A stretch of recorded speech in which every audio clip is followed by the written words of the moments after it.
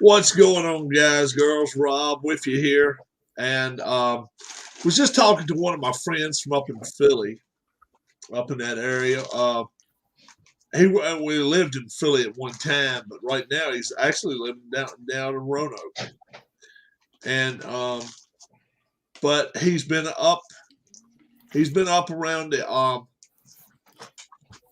Ontario area driving a truck, and he happened to see one of my buddies. And I don't know how he knew some of my friends and all, but I know he followed along some hockey back in the 80s. He's a little older than I am. He's probably 60 years old. And he drives a truck.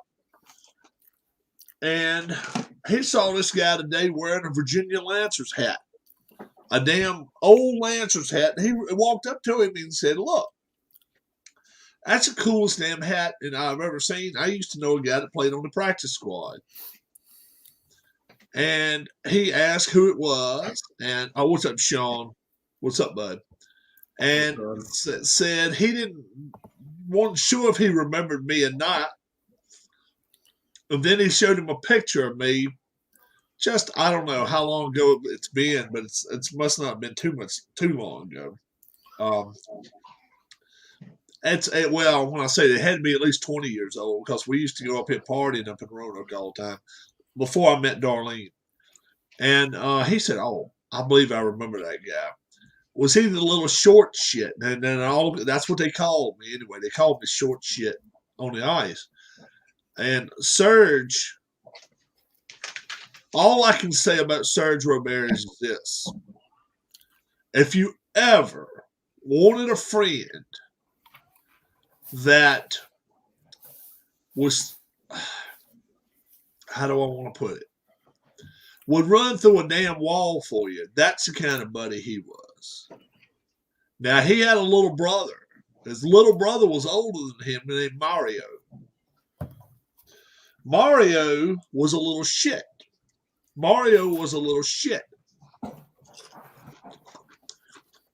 We went to damn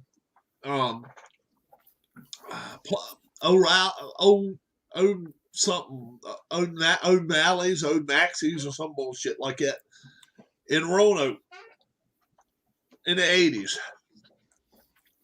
This asshole lit off a whole thing of firecrackers and threw them in our laps, and they went off on our laps. I mean, they caught us on fire. And it was a birthday time and all. He paid for all the mess he made, but I mean, this dude, he just was a damn nut. He was crazy. We rented a car one time, and he decided to take it up the mountains, up the Blue Ridge Mountains, and race it. And when I say race it, man, I'm talking that he was going 90 miles an hour on a fucking mountain. Wow. Ken Castro has a nice little thing about Serge. Serge was a nut. But Serge is a good dude, but Mario had a lot of penalty minutes too. But he was a sneaky fuck. I mean, he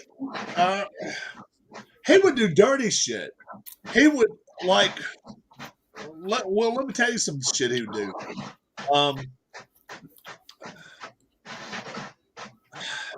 I knew him a couple times to go to the bench, and at the corners on the far ends of the bench, they had like turpentine, alcohol, freezing ointment, all that shit where they could spray you and all that stuff if they needed to. Well, he would grab the bottle of rubbing alcohol, he'd undo it, put it in his mouth, then go next to the face off guy and spit shit in his eyes. I mean, that's how dirty this motherfucker was. He was a dirty son of a bitch. I mean, he'd have a mouthful of alcohol, and he'd just go right in their eyes with it. And I mean, this was before everybody was wearing face shields. And his brother told him, he said, "Look, if you get killed, don't come running to me. And his brother was so much bigger than he was that, I mean, he was a good dude, but he was like his brother was a little shit. Mario was a little asshole. And, one of my buddies a little while ago drives a truck and saw him up around the Quebec area or something, saw Serge and talked to him. So I was like, shit. He didn't remember me, I don't think. I was like, shit, get a picture for me. I saw him actually wearing the hat. I was like, damn, that was some shit. Because I remember Serge. Serge was a good dude, but you did not want to mess with him. You did not want to mess with him. Serge, shit. I've seen him do this shit before. I was sitting in a chair, and he lifted me with one arm. The other dude was sitting in another chair, and he lifted him with the other arm. I mean, it was both up. And we told him one time,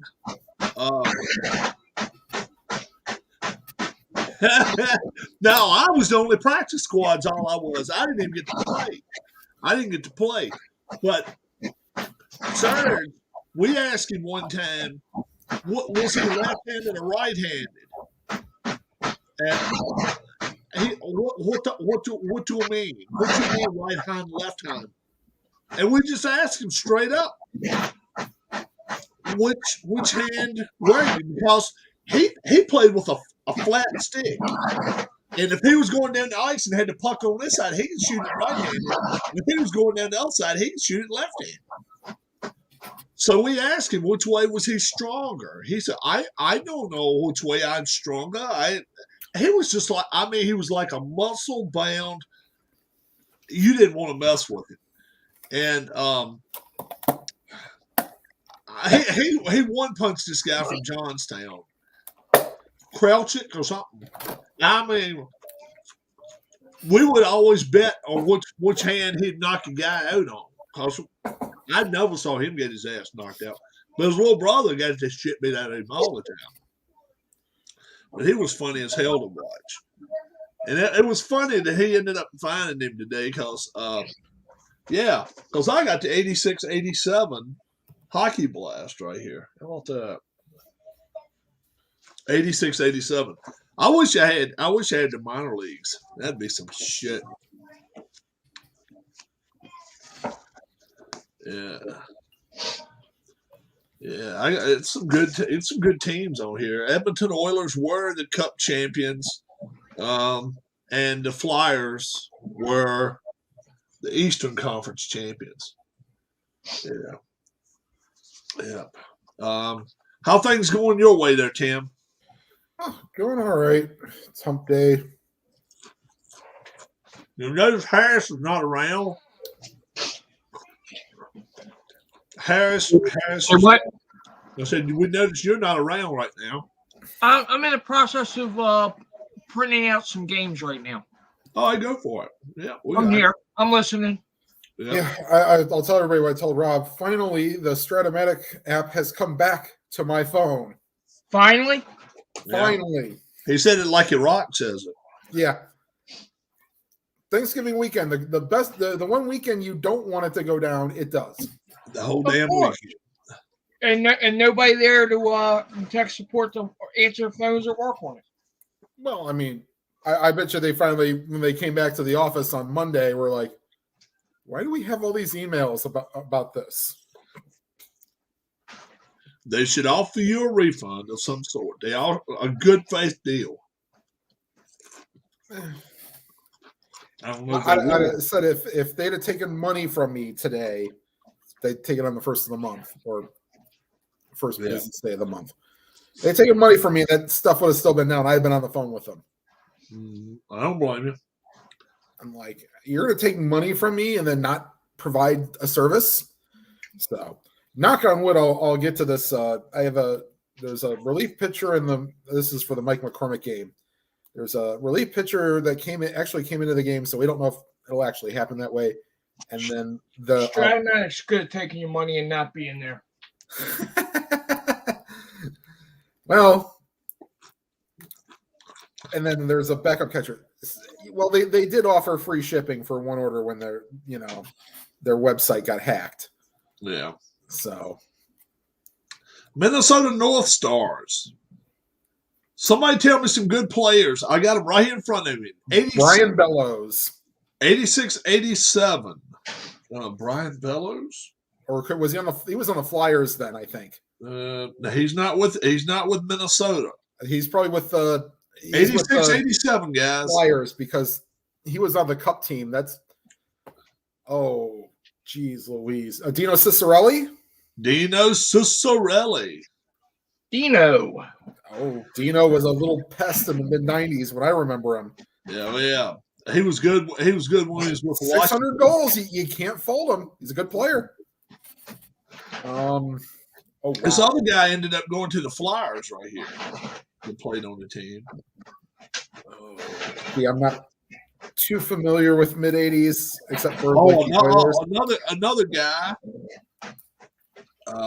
You guys ever see the mic'd up with the Islanders and Bellows? I have not. No. Alex Madano didn't get drafted until 88. No. It's been later than that. Keith Acton, he ended up going to the Flyers. And this guy right here was another dirty player too. Dirk Graham. Oh, yeah. Dirk Graham ended up going to Chicago. Say what's up to Michael and Dirk Graham. I remember a guy that told me that Dirk Graham would never fight you unless he could see the back of your neck. If he saw your eyes, he wouldn't fight you. Chicken shit. First off, let me answer Keith's question. Yes, I do use the Stratomatic app for the fringe player. And Craig Hartsburg. Yeah. That's right. Yeah, he was. And then Dirk Graham actually had a hat trick in Game 6 of the 92 Stanley Cup Final in a losing cause. Was he playing for the Blackhawks? Blackhawks. Yep. Yeah, he was good. He was a good player. And then also Dominic Hasek finished that game off. Not at Belfour. They pulled Belfour. Yeah. In that final game. I've seen that game. All right. NHL Network will show the clinching games of the Cup Finals, and I've actually seen just the games. Some of them make me want to go back and watch the series. Like 86, 87, the Stanley Cup Final went 7 games, and Hextall won the Conn Smythe in a losing cause. Montreal. How about this? Bobby Smith was still on the team. Chris Chelios. Was Chelios on it? Yeah, Chelios was still with him. And then you still had Bob Gainey. Yeah, Bob Gainey. He was getting a little bit slower by that time. Guy Carbonneau. Yep. Claude Lemieux. Yep. Larry the Big Bird Robinson. Yes. Big Bird. Everybody remembers 86, 87. And then we go to New Jersey. Oh, they didn't. Did they have they didn't have both of the brothers, did they? They had Aaron Broughton, but they didn't have Neil. Neil Broughton was still with Minnesota, I think. Right, because he came to I know he was on the 95. He was on the 95 team. Neil Broughton was with Minnesota. Here's Aaron Broughton right here. All right, I will, but Kirk Muller, John McClain, Ken Danico. How about that? Yeah, that's the guy who I was thinking of. Yeah, Ken Danico, Pat Verbeek. Verbeek played forever at Hartford. He's a 500 goal scorer. He's the lesser known of the 500 goal scorers. Yeah, let's see who else.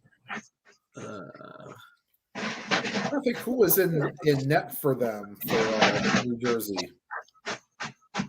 Who was the goalkeeper for? Yeah.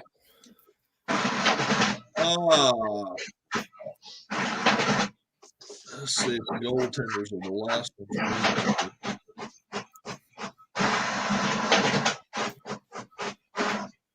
Actually, I could pull this up on like Hockey Reference real quick. I may have it right here, though.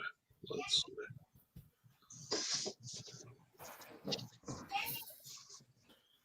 Let's see, jerseys.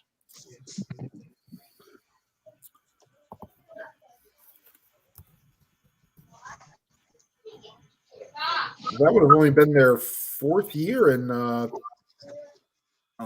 New Jersey. What the hell? Should be a damn goalkeeper right there. I don't see any goal. I don't see a goalie with the team. Son of a bitch.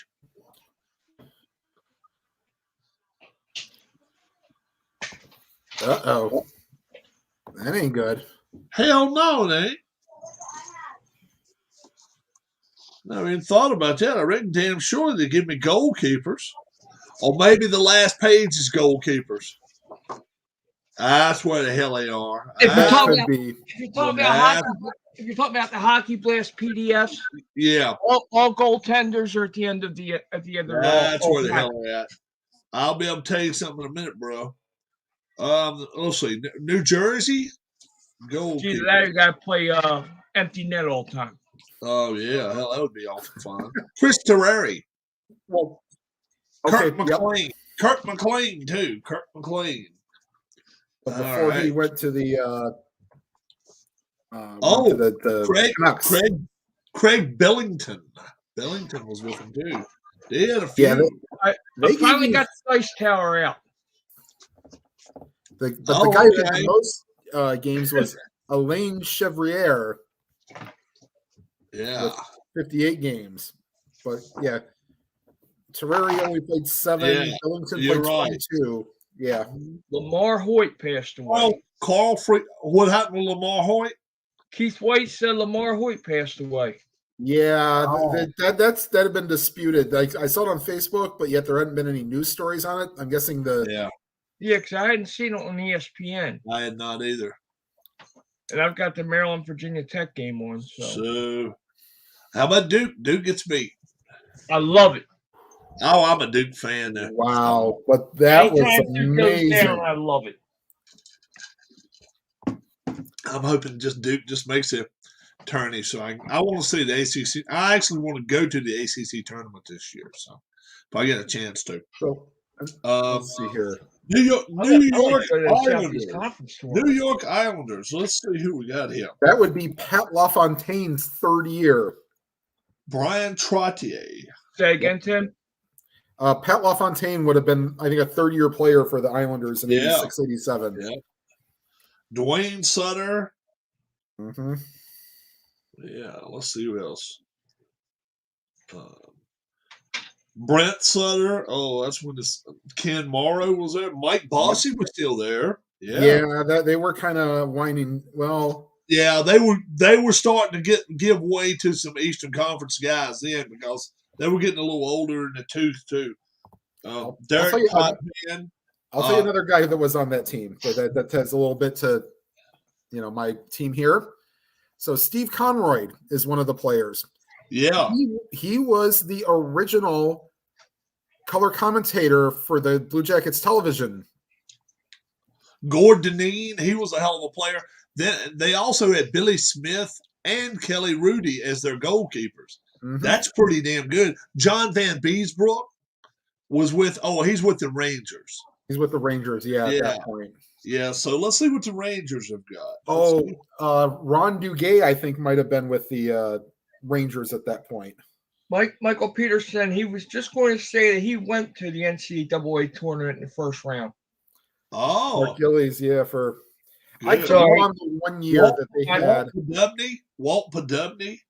I don't know if I told everybody, but I know I told Rob I got a new part-time job working for guest services down here with the Amway Center, Citrus Bowl, and like that.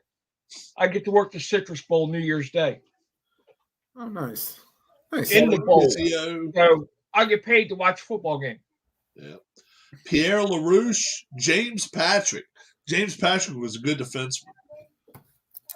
He was a good defenseman. Tomas Sandstrom. Yeah. Terry Cartner. He ended up getting traded over to the Flyers. That later that year, I think. I'm not sure, but Cartner ended up going to the Flyers. That was one of my wife's favorite players. She liked Terry Cartner. Marcel Dion. Yeah, they had a good team. I mean, they had some good players. Mike Ridley. Then let's go to Philadelphia. Yes, your runners up. Tim Kerr, Dave Poulin, Pelly Eklund, Peter Zezel, J.J. Daniel, Murray Craven, Doug Crossman, Brad McCrimmon, Rest in peace. Scott Mellenby. He was a hell of a goal scorer at one time. He just and Mark Howe. Yep. Probably Brad McCrimmon was sadly on that locomotive flight that went down. Oh, really? Yeah. Ron Hextall. How about that? Glenn Resch. Chico. Was 86, 87 the year that he scored, like literally shot the puck in the net? Yeah. I remember that. He cleared it over the blue line, over the other team's blue line, bounced twice and went right in the net. Yep. Yeah. Brian Propp, Rick Tockett. Mm-hmm. How many teams has he coached? Who, Tockett? Yeah. Tell you what, these officials are letting these guys play in the Maryland Virginia Tech game. Really? Oh, they're pushing each other all over the place. And Somebody help me out there. How many coaching jobs has Rick Tockett had? He was with the Coyotes at one time. Yep.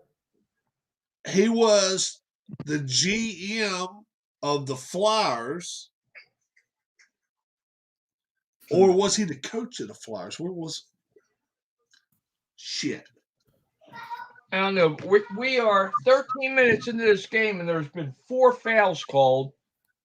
And if I was officiating, there'd probably been about 34 fouls called.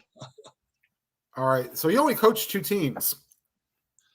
So he coached the Flyers and the Coyotes. Oh, well, hold on. Don't Tampa. Huh? Tampa. Oh, Tampa Bay Lightning. Yeah. But he was with the Coyotes at one time. Yes, and then he got fired because he got caught up in the gambling thing. Yeah. My parents are doing pretty good, Sean. How you doing, my friend? Mom and Dad are hanging in there pretty good. They're doing all right. I decided not to take my dad to bingo tonight. It's supposed to rain a little bit. I was like, nope, I ain't getting him out there in the rain. So we wouldn't. Oh, you got rain up there, Not huh? to be another morbid. It'll rain a little bit tonight. Pittsburgh. Let's see. Before we start Pittsburgh, Peter Zezel was also a Flyer on that team. Yeah, he sadly passed away as well. Did he pass away? He did. Let's see. Randy Cunnyworth. Craig Simpson. Now, Craig Simpson, either before that or after that, ends up going to the Edmonton Oilers. Craig Simpson does, yeah. Yep. Bob Airy, John Shabbat, Jim Johnson, Mario Lemieux, Mo Mantha. How about that? Randy Hillier, Kevin Lavallee, Mike Bullard, Ron DeGuay, Dan Quinn, Phil Bork. Let's see. Pat Lemieux in 86-87, 54 goals, 53 assists. Yeah. Easily led the team in scoring by 46 points. How many points do you have? 107. Okay. Now do this. Edmonton Oilers, Wayne Gretzky. Now wait till you see that. Is it over 200? I think he scored 204. I think. Let's check the maybe it might have been 202. Okay. Give me a second here. No, he just missed it. It was 183 that year for 86-87. Okay, I thought he had 200 and some. I thought he had 200 and some points. He was close, but no. But you had 3 players score 100 points on that team. Yeah, Yari Curry. Yep. Mark Messier. Mm-hmm. And those were the 3. Yeah. Let's see. Let me tell you. Let's see if I can get them right. But Gretzky won. Mm-hmm. Curry 2, Messier 3. Yes, and Curry and Messier went 108 and 107. Yeah, yeah. They had Curry on Curry got to play on he got to play on Messier's line where not Messier, he got to play on Gretzky's line while Messier had Glenn Anderson. Yep. Yeah. So that made a difference right there. Rob, who are your top 3 candidates right now for Heisman? You guys heard who I said should be the Heisman winner. It should be over with. I think it's over with. You can't do anything more for Heisman right now. I think the kid from Michigan should win it. He's a defensive lineman. He won't win it. He won't get top 3 probably, but I think he should. 13 sacks, 3 got him to the big dance, and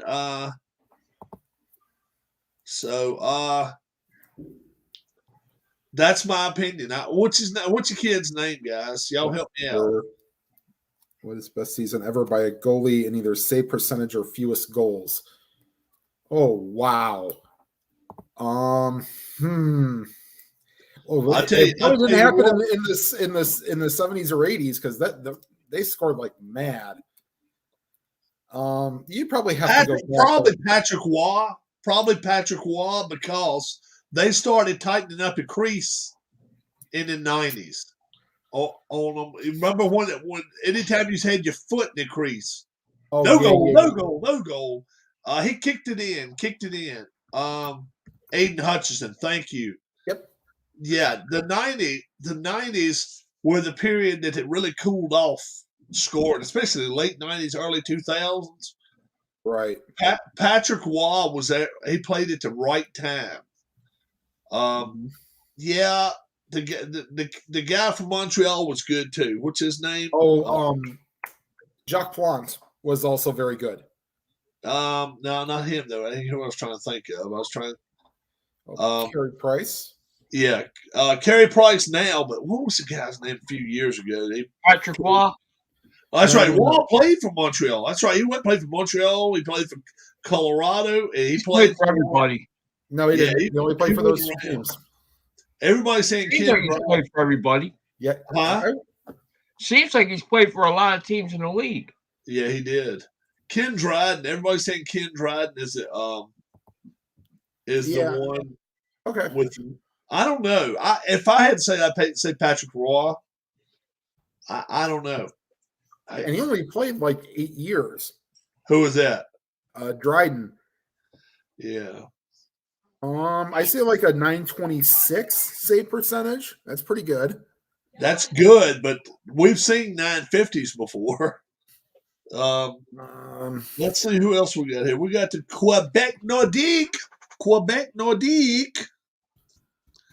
Clint Malarchuk. I remember that name. And Mario Gosselin. I remember Clint Malarchuk's bloody jugular vein. He did what? The Clint Malarchuk bloody jugular vein. Oh, yeah. Where he got the skate to the neck. Yeah. And if he had been on the other side of the ice, he would have died because they only had the one exit and he was on that side.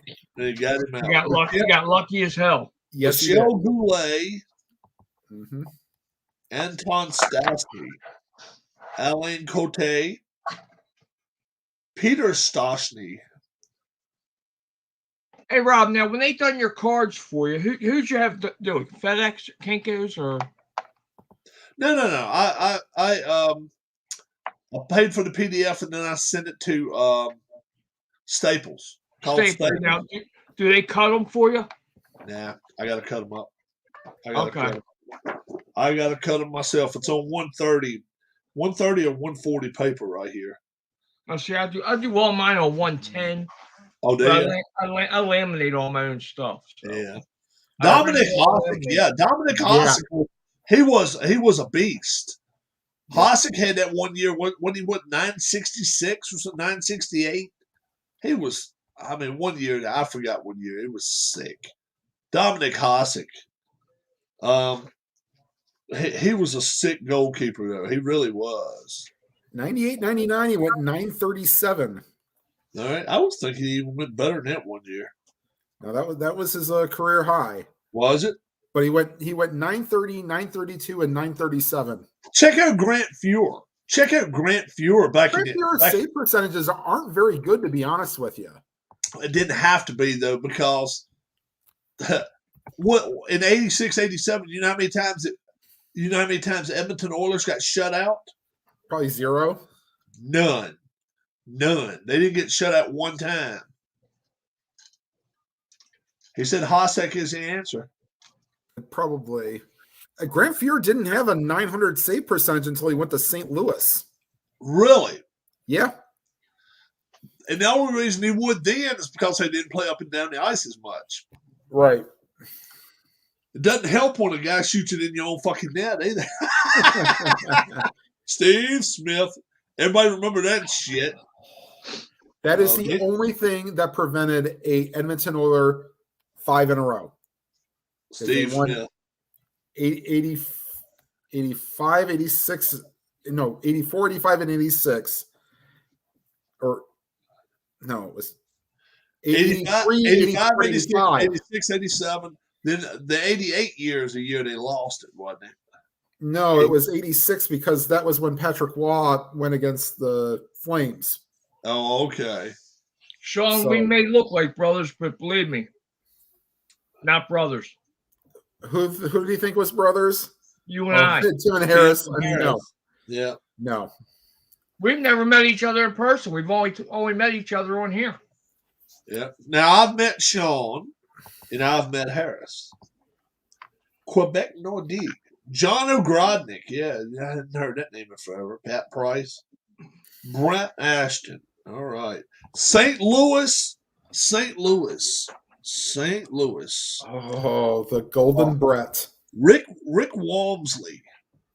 Greg Millen. How about that? And Doug will be up here tonight playing Hockey Blast. Dougie Gilmore, I think, led the team that year. I think he did. They had Mark Hunter, Gino Cavallini, a fighting son of a bitch. Oh my God! They had a Bernie Federico. Oh, Brett Hull was still in. Was he still in Calgary? Was he still in the minors then? He could have been. I think he was in the minors. I don't think he came up to 88. 86. He came up in 86 with the Flames. Oh, okay. Jocelyn Lemieux, Cliff Ronning.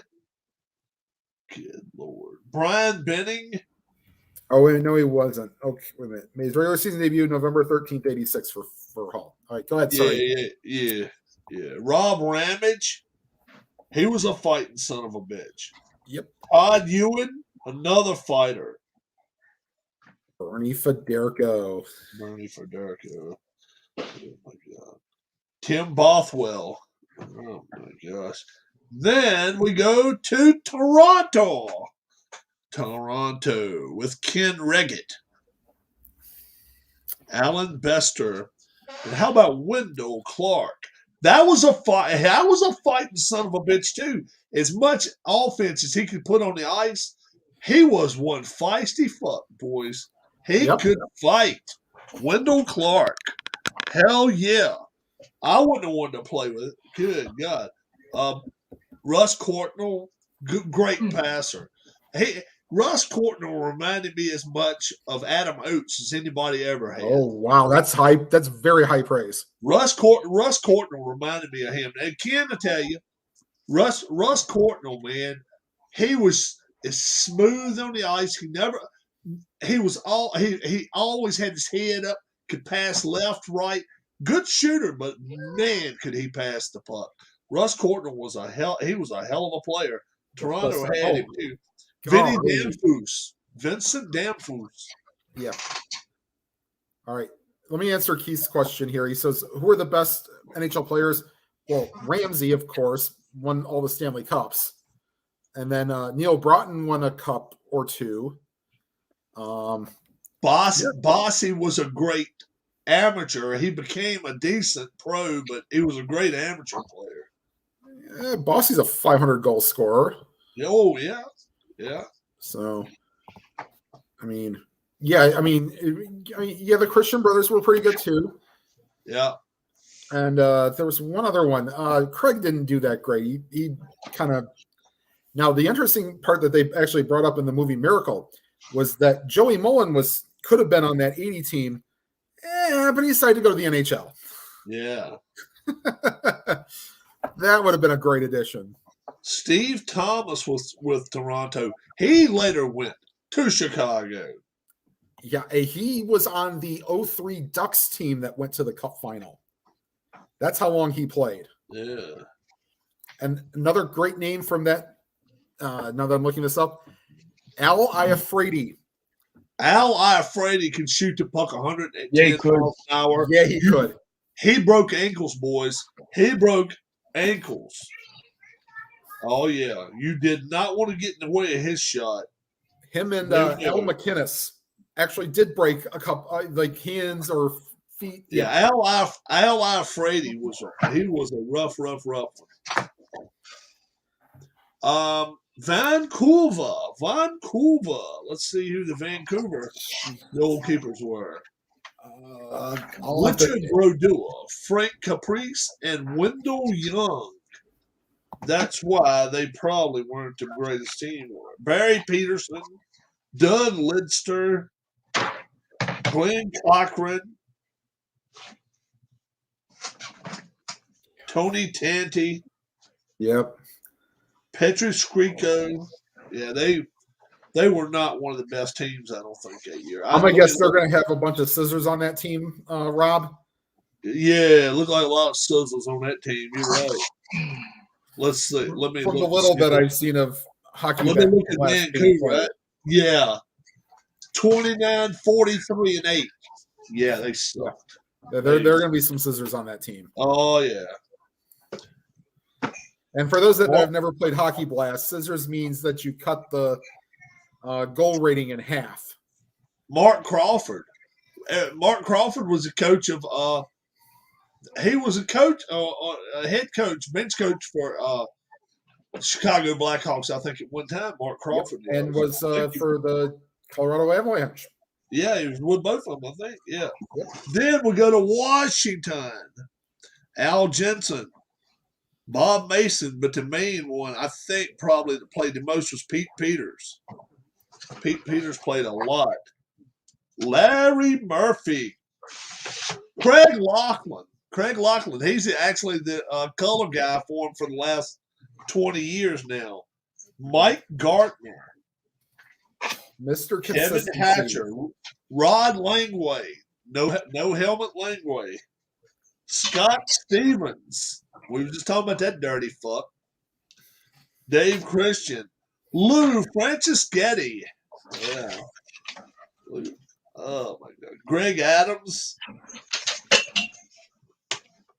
Alan Hayward. Now, Mike Ridley. Kelly Miller. Gary Galley. Bob Carpenter. Solid team. This was also the same Capitals team that played the quote-unquote Easter Epic with the Islanders. The 4 overtime game. So they could be a fun team to they came in second. They came in second to Patrick Division behind Pittsburgh. So they played well. Then we got Winnipeg, the Winnipeg Jets. Pokey Reddick, Daniel Bertillon, Steve Penny, all 3 goalkeepers. Let's see. Dale Howard Chuck, Laurie Boschman, Paul McLean, Tim Waters, Dave Ellett. Future Maple Leaf. I could name about all the players that were on that play. Heck, Glenn Anderson was a Leaf on the first team that I followed, 93, 94 for the Leafs. Really? Mm-hmm. You ain't going to find many players are faster than him. Glenn Anderson could skate. I mean, he could skate. Oh, yeah. That was one skating son of a bitch. Yeah. When you needed to skate. Huh? When you needed to skate instead of just score goals. And remember, kids, this is when the 2-line pass was still in existence. Right. There was no stretch passing. Right. You couldn't cherry pick then. Well, that cherry picking shit, you actually had to skate by them in order to get a shot. Well, that's what happened when the NHL wanted more goals scored. Yeah, exactly. And that's why they got rid of the 2-line pass. That's right. That's why they got rid of it. Now I got some that I've already cut apart right here. I still wish I could see that game like in its entirety. I have never seen that game. Which one is that? The Easter Epic. I have not seen it in full. I wonder if it's on YouTube anywhere. It could be. They're usually okay with allowing like full games. Yeah. Oh, there's most of the full Super Bowls are on there, believe it or not. Yeah, they are. Yeah, well, that's because the NFL put them on there. Yeah, the NFL is promoting them because they want people watching them every Sunday now. While MLB will take anything down. Yeah. NFL is doing everything they can to promote themselves. Dumbass. Yep. NHL was the first one to kind of say, we don't care. Please promote our game. Chicago, Bob Murray, Doug Wilson. And they're not making any copyright labels on them either. Nope. Mark Bergevin. Eddie Olczyk. He works the studio now. Dennis Savard. Well, he's actually the color analyst on TNT. Who, Dennis Savard? No, Eddie Olczyk. Olczyk, okay. Eddie Olczyk, he's good. He's a good announcer. Oh, he's Daryl Sutter. Gary Nyland. I haven't been watching on TBS much. When's the next TBS hockey game supposed to be on? Oh, next TNT game's tonight. It's Pittsburgh and Edmonton. Oh, in Edmonton? Yes. So it'll be a 10:05 start. Yeah. I'll watch that then. Hell yeah. Jacob I'll try to see it for at least the first period. Wayne Presley. That was a fighting son of a bitch. Wayne Presley. I remember him. I got cards to cut out tonight, so I'll cut cards and watch it. Did you guys hear me earlier there when I was telling you about Serge? I was listening. Robert. I was wondering if some of the guys in the chat was here. They were playing at home, so I was in the crowd. And Serge told me, he said, look, tonight we're gonna get in some fights. And Mario was a little bit older than he was, but not quite the size Serge Ramirez was. And Mario was the one that came on the bench and told him, said, look, I got a hurt in my mouth. I got a place in my mouth. Pass me the alcohol. And the coach looked at him like, what the hell? Pass me the alcohol. And they thought he was just going to pour a little bit on his face or whatever and just get back on the ice. Well, he busted out, puts a little bit in his mouth, and you're thinking, oh, God, what is he doing? Passes it, just throws it back down the side there. So he's got like a dip of snuff in his mouth, but it's alcohol. And he goes out there, and when they do the face-off, he looks right there at the guy in the face and spits that damn alcohol right in his eyes. And they just start fighting right then and there. And I mean, if you've never been spit with alcohol or anything like liquor or anything like that in your eyes, it hurts like shit, boys. Oh, yeah. It's a burn to it. So once they saw that the guy was doing this shit, and Mario was just throwing punches. The rest of the team on the ice was going over after his ass. And so Serge had to come over there before it was over with. It was like, he looked like damn Andre the Giant when he did his shit because he had fists. His fist was bigger than both my fists together now. He was huge. And and he would get on his brother all the time, and he beat his ass in practice, beat his brother's ass in practice. But Serge told him, said, "Look, gotta quit trying this shit." And then they were going up against either Greensboro. Well, it was a team down south. I think it was Greensboro, and they weren't the best team in the world. And he decided to pull that bullshit. He spit right in that guy's eyes, and when he did, all hell broke loose. My brother was like, "What the hell did he do?" He said he spit coke on him. I said, "Oh no, he didn't spit coke on him either." I said, he done something because look, he's burning his eyes. And I thought maybe it was salt water. I thought maybe he got some salt and water and put it together and oh no, I found out later it was alcohol, straight to fuck up alcohol he spit in his eyes. I'm like, wow, that's just crazy. Disgusting, crazy, and funny. Christ, nowadays that'd be a freaking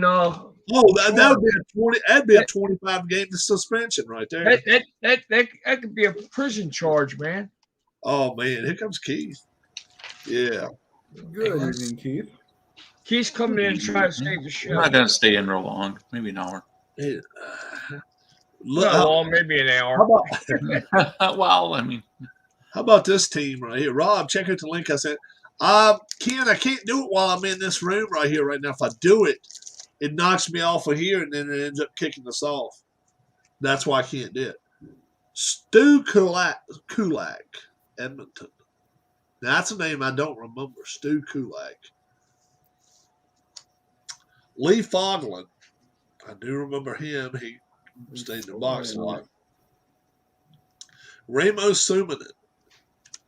Mark Napier. Danny Garr. Jeff Bukaboom. Yep. Kent Nielsen. 94 Ranger Bukaboom. Charlie Huddy. Marty McSorley. Yeah. You had to put it's got 6 on the fight right here. Oh yeah. And this Randy Gregg. Paul Coffey. Steve Smith. Kevin McClellan. Essa Tikkanen.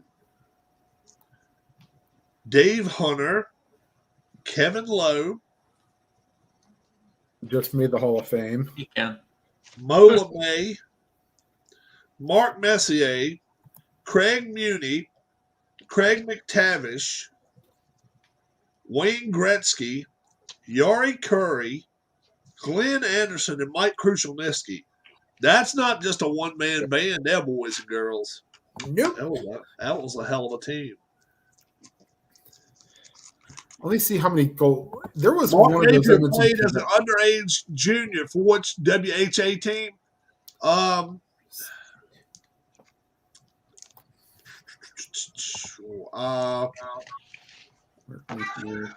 He played with? Didn't he play with Wayne at Indianapolis? Was it Indianapolis or was it Kamloops? Well, Wayne played for the Racers in 78, 79. All right. Later in that, though, he played for Wayne wasn't a rookie until 81, 82 maybe? 82, 83. He played somewhere between Indianapolis's place. Let's see. Hold on. I'll tell you in a minute. WHA team. Let me get a list of the WHA teams back in the day. I think I can tell you where Napier played. Hold on. We'll see. Coached by the madman Greg Somner. Glenn Somner. Oh, okay. List of WHA teams in the early 80s. List of the WHA teams in the early 80s. I'll tell you what, I'm looking at the Birmingham Bulls logo. That's a hell of a logo.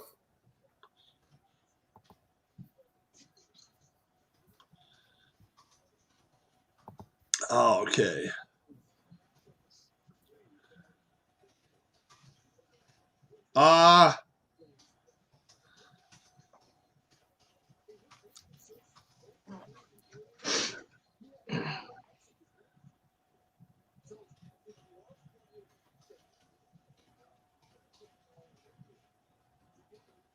Numbers is 1,200 words, Keith. 1,200. That's what he said. I forget. Was it 1,500 he needed, or was it 2,500? 25 is ringing a bell. That's what I was thinking. I would say it's 1,500.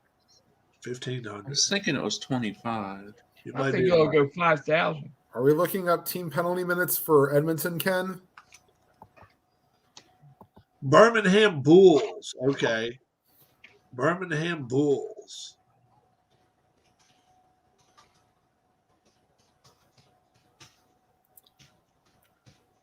They weren't listed. They weren't even listed on here. Hell. Needs about 1,300 more words in 2 days. So it is 2,500. Yeah, they 9 teams right here at WHA. They want those teams.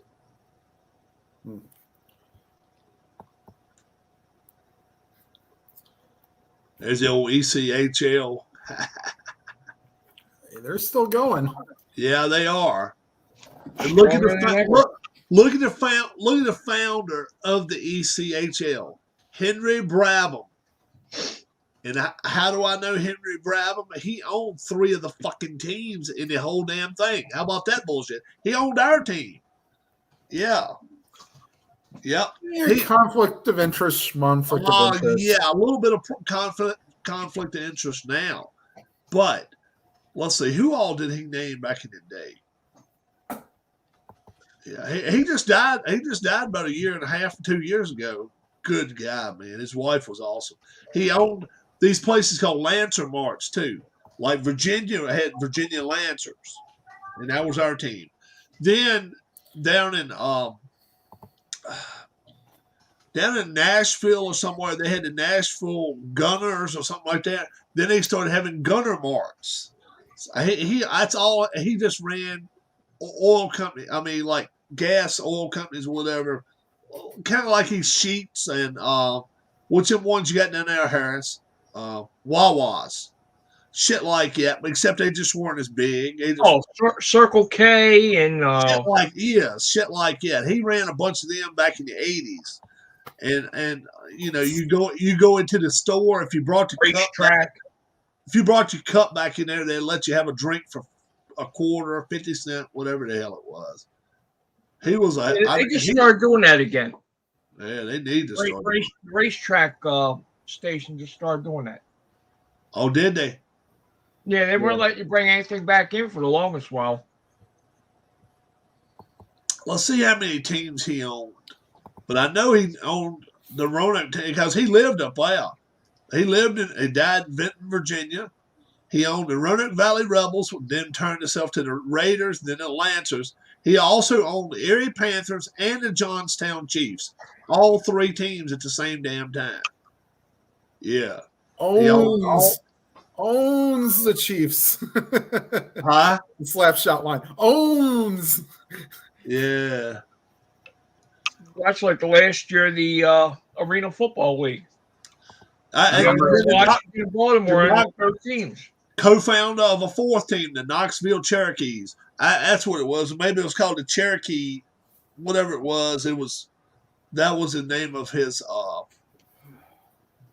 gas marts or whatever it was. Just leave yourself enough time numbers to do a little revision if you need to. You know, we get John Brophy.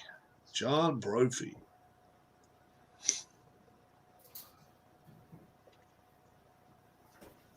John Brophy. Who was that damn slugger we was talking about for Washington earlier? Cordick. John Cordick. Anybody remember him? Lord have this. John Cordick. That's one guy they said you don't want to face him face to face. There he is. John Cordick. Said he'd nail your ass to the ice. That's how mean he was. He was a beast. He looks like he's got a little bit of Asian in him or something. I don't know. He had a whole lot of asshole in him. That's for damn sure. Yeah, he was from Edmonton. He was playing. Yeah, he lived long. What was he 30? He didn't even live to see 30 years old. Nope. He was a fighting son. Look at it. Well, look at his face, man. He always stayed beat up. Well, shit.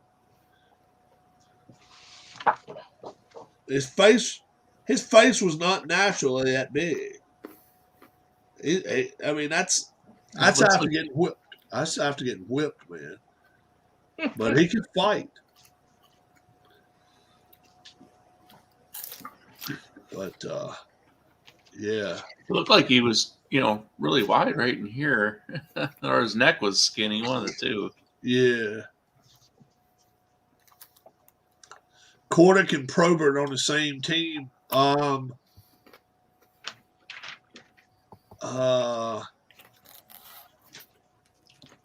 the end, were they both on the same team? I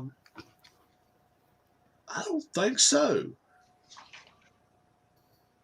Kordick's last team was either the Montreal Canadiens or Washington Caps. I don't think Probert played on the Washington Caps or the Canadiens. I don't think. Did they play on the same team? I don't think so. I don't think so either. Did Bob Probert play for the Canadiens?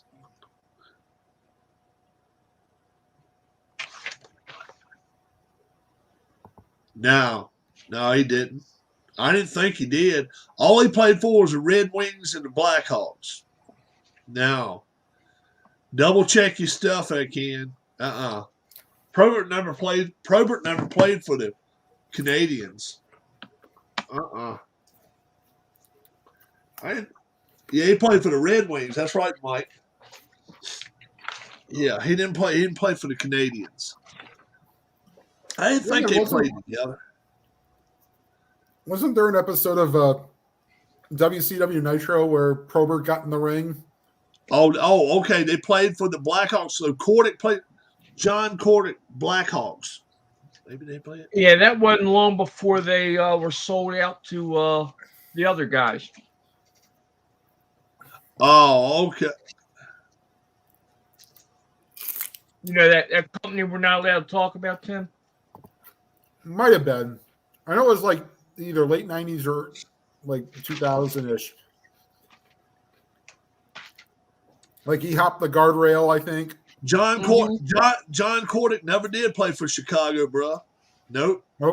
Canadians, Maple Leafs, Capitals, Nordiques. That's it.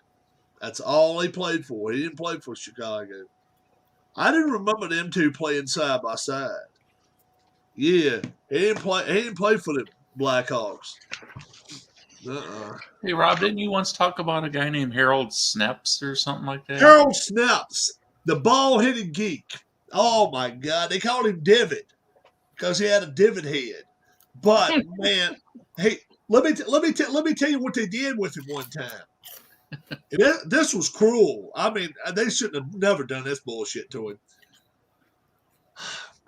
He had to get stitched up. He got stitched up here somewhere, and when he did, the doctor told him, he said, "Now hold this pack of ice on your head." And somebody had done put a big L with Cullen Mark or something. Oh man! No fucking shit. They did that shit before he went out on the ice, right? Harold Snaps didn't wear a helmet. He's one of the last ones that didn't wear a helmet. So he comes out there, no shit, got a big L dripping off his fucking face, stuff. They said he was mad enough to fucking chew nails. He was pissed. I never met the guy. He was an older guy at the time. But they said he would fight people. He didn't give a shit. He would fight his mama if he wanted to. Have you got a picture? Have you got a picture of Harold right there? Oh, Joey Kosher. Yeah, Joey Kosher. Joey Kosher is the one guy for the He's the guy for the Red Wings. This ain't no shit. Now I heard this bullshit that he actually went to a doctor and had him tie off his fingers the blood to him and had him go a different way or whatever, they started puffing up on him. But when he fought, he couldn't feel nothing. So he can just fight and fight. I mean, yeah, no problem, Ken. No problem, bro.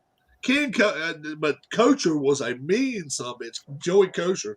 But they had a bunch of them on for the Red Wings.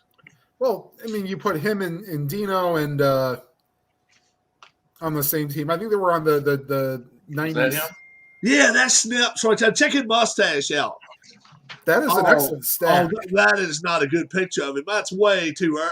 My God, he's got hair. Let's show you Harold.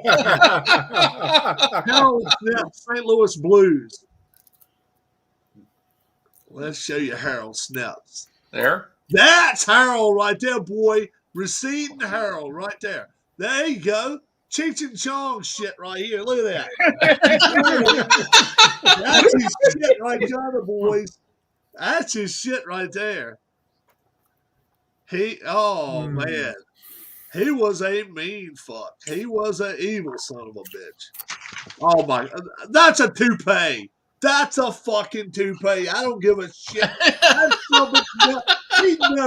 He fucking never had that much hair. Look at that shit.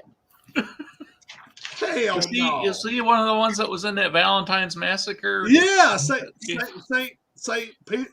Patrick's Day Massacre. Or Patrick's Day. Oh my God, he was in it and got the shit beat out. He got shit beat out of him twice in the game. Harold Snips. He was a vicious player. Look here. Oh my God, he paid somebody to show that. Look at that shit. Some bitch got high down to his damn back right there. A week later, the shit done got shaved off though. Well, look at that. Look at that right there. He looks like fucking Luigi right there. Look at that shit. Luigi. Shit. Spray on. Yeah, that's it. Yeah, Harold Snips, man. It's a me, Howard. Harold Snips. Hey, I never knew many of them could fight him, could really, really stick with him because he could swing so fast. And he could swing left or right. He didn't give a shit. He didn't play with a helmet either? No. No. Back in the day, it was a bunch of them that did. I think Rod Langway was the last one not to wear a helmet. Rod Langway was the last one for Washington not to. I think he was the last one in the league. Might have been. He might have been. Hey, how's your new cup working, Rob? It sucks, man. It don't last. The ice don't last for shit in it. I got what I paid for, $8 piece of shit. I gotta buy me a nice one. I told the wife, she told me ice will last 2 days. Yeah. If you could pick any 5 players all time to be on your NHL shootout lineup, well, number 1, you got to put Brett Hull on it. Number 2, you got to put Ovechkin on it. Number 3, Gretzky. Probably Gretzky. Gretzky. I would probably put Yari Curry on it in front of Gretzky. Yari Curry had a nice shot. I'll be honest with you. Ovechkin's not great in the shootouts. No, he's not the greatest. I don't think Gretzky would be either. Gretzky was more. Gretzky. How many goals did he get where the goalkeeper was totally on the other side of the net and shit? He got a lot of them like that. I'll give you a name who probably would have been good in a shootout. Pavel Bure. Yeah, Pavel Bure. You're right. He had some sick moves. Yeah. And then Pavel Datsyuk. Patrick Kane right here. Mm-hmm. Somebody's saying it's not a bad name. Kane's not, and chances are he's not even going to be in Chicago at the end of the year this year. Wasn't he accused of some kind of a domestic violence or something? Yeah. He was accused of raping a woman, or at least putting his hands on her and throttling her. And Yeah, that so much of this shit. The Blackhawks have had a lot of stuff go on over the year, and yeah, it's crazy. Yeah. There was some kind of discipline that just came down on them, wasn't there? Oh yeah. On a team. When you hide shit that you probably shouldn't. From What 2011 or 2010, sorry. What did they do to him? Take draft picks or something? I think they got fined $250,000. Pavel Datsyuk, unreal Yep. skills. Yeah, you're right. Yep. Hell yeah. Oh, I heard today that MLB is considering, or at least the owners have proposed a draft lottery. I don't know. I hadn't heard that. I don't know. All I can tell you is in 3.5 hours, they're shut down. Yeah, but I think Keith feels like I do. I don't think it's going to last too long. No. It'll last after the holidays. Watch. It might.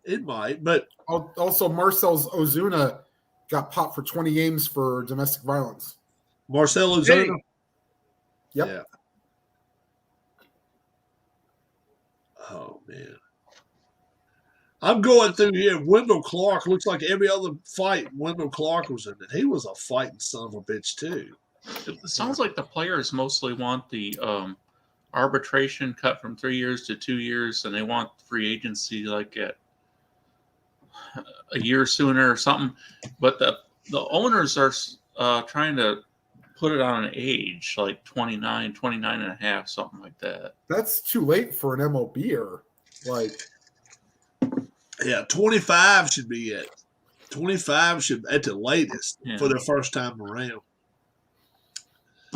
But the thing is, so many teams are scared to play a 19, 20, 21-year-old. If your team is not the Rays or the Marlins or some of these teams, like all the other teams are scared of this shit.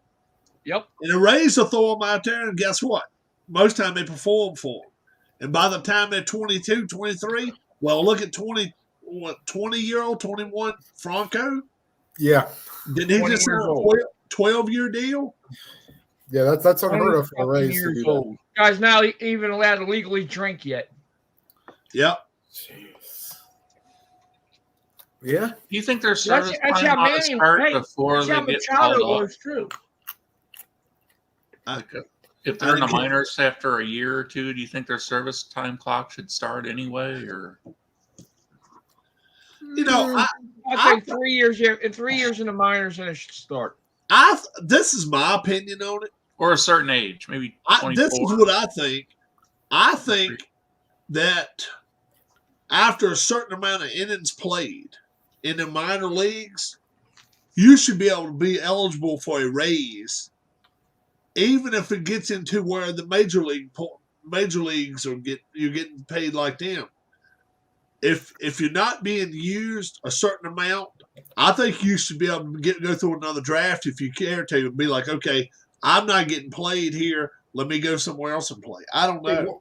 What's the how do you become eligible in the Rule 5 draft? You have to be like part of the team.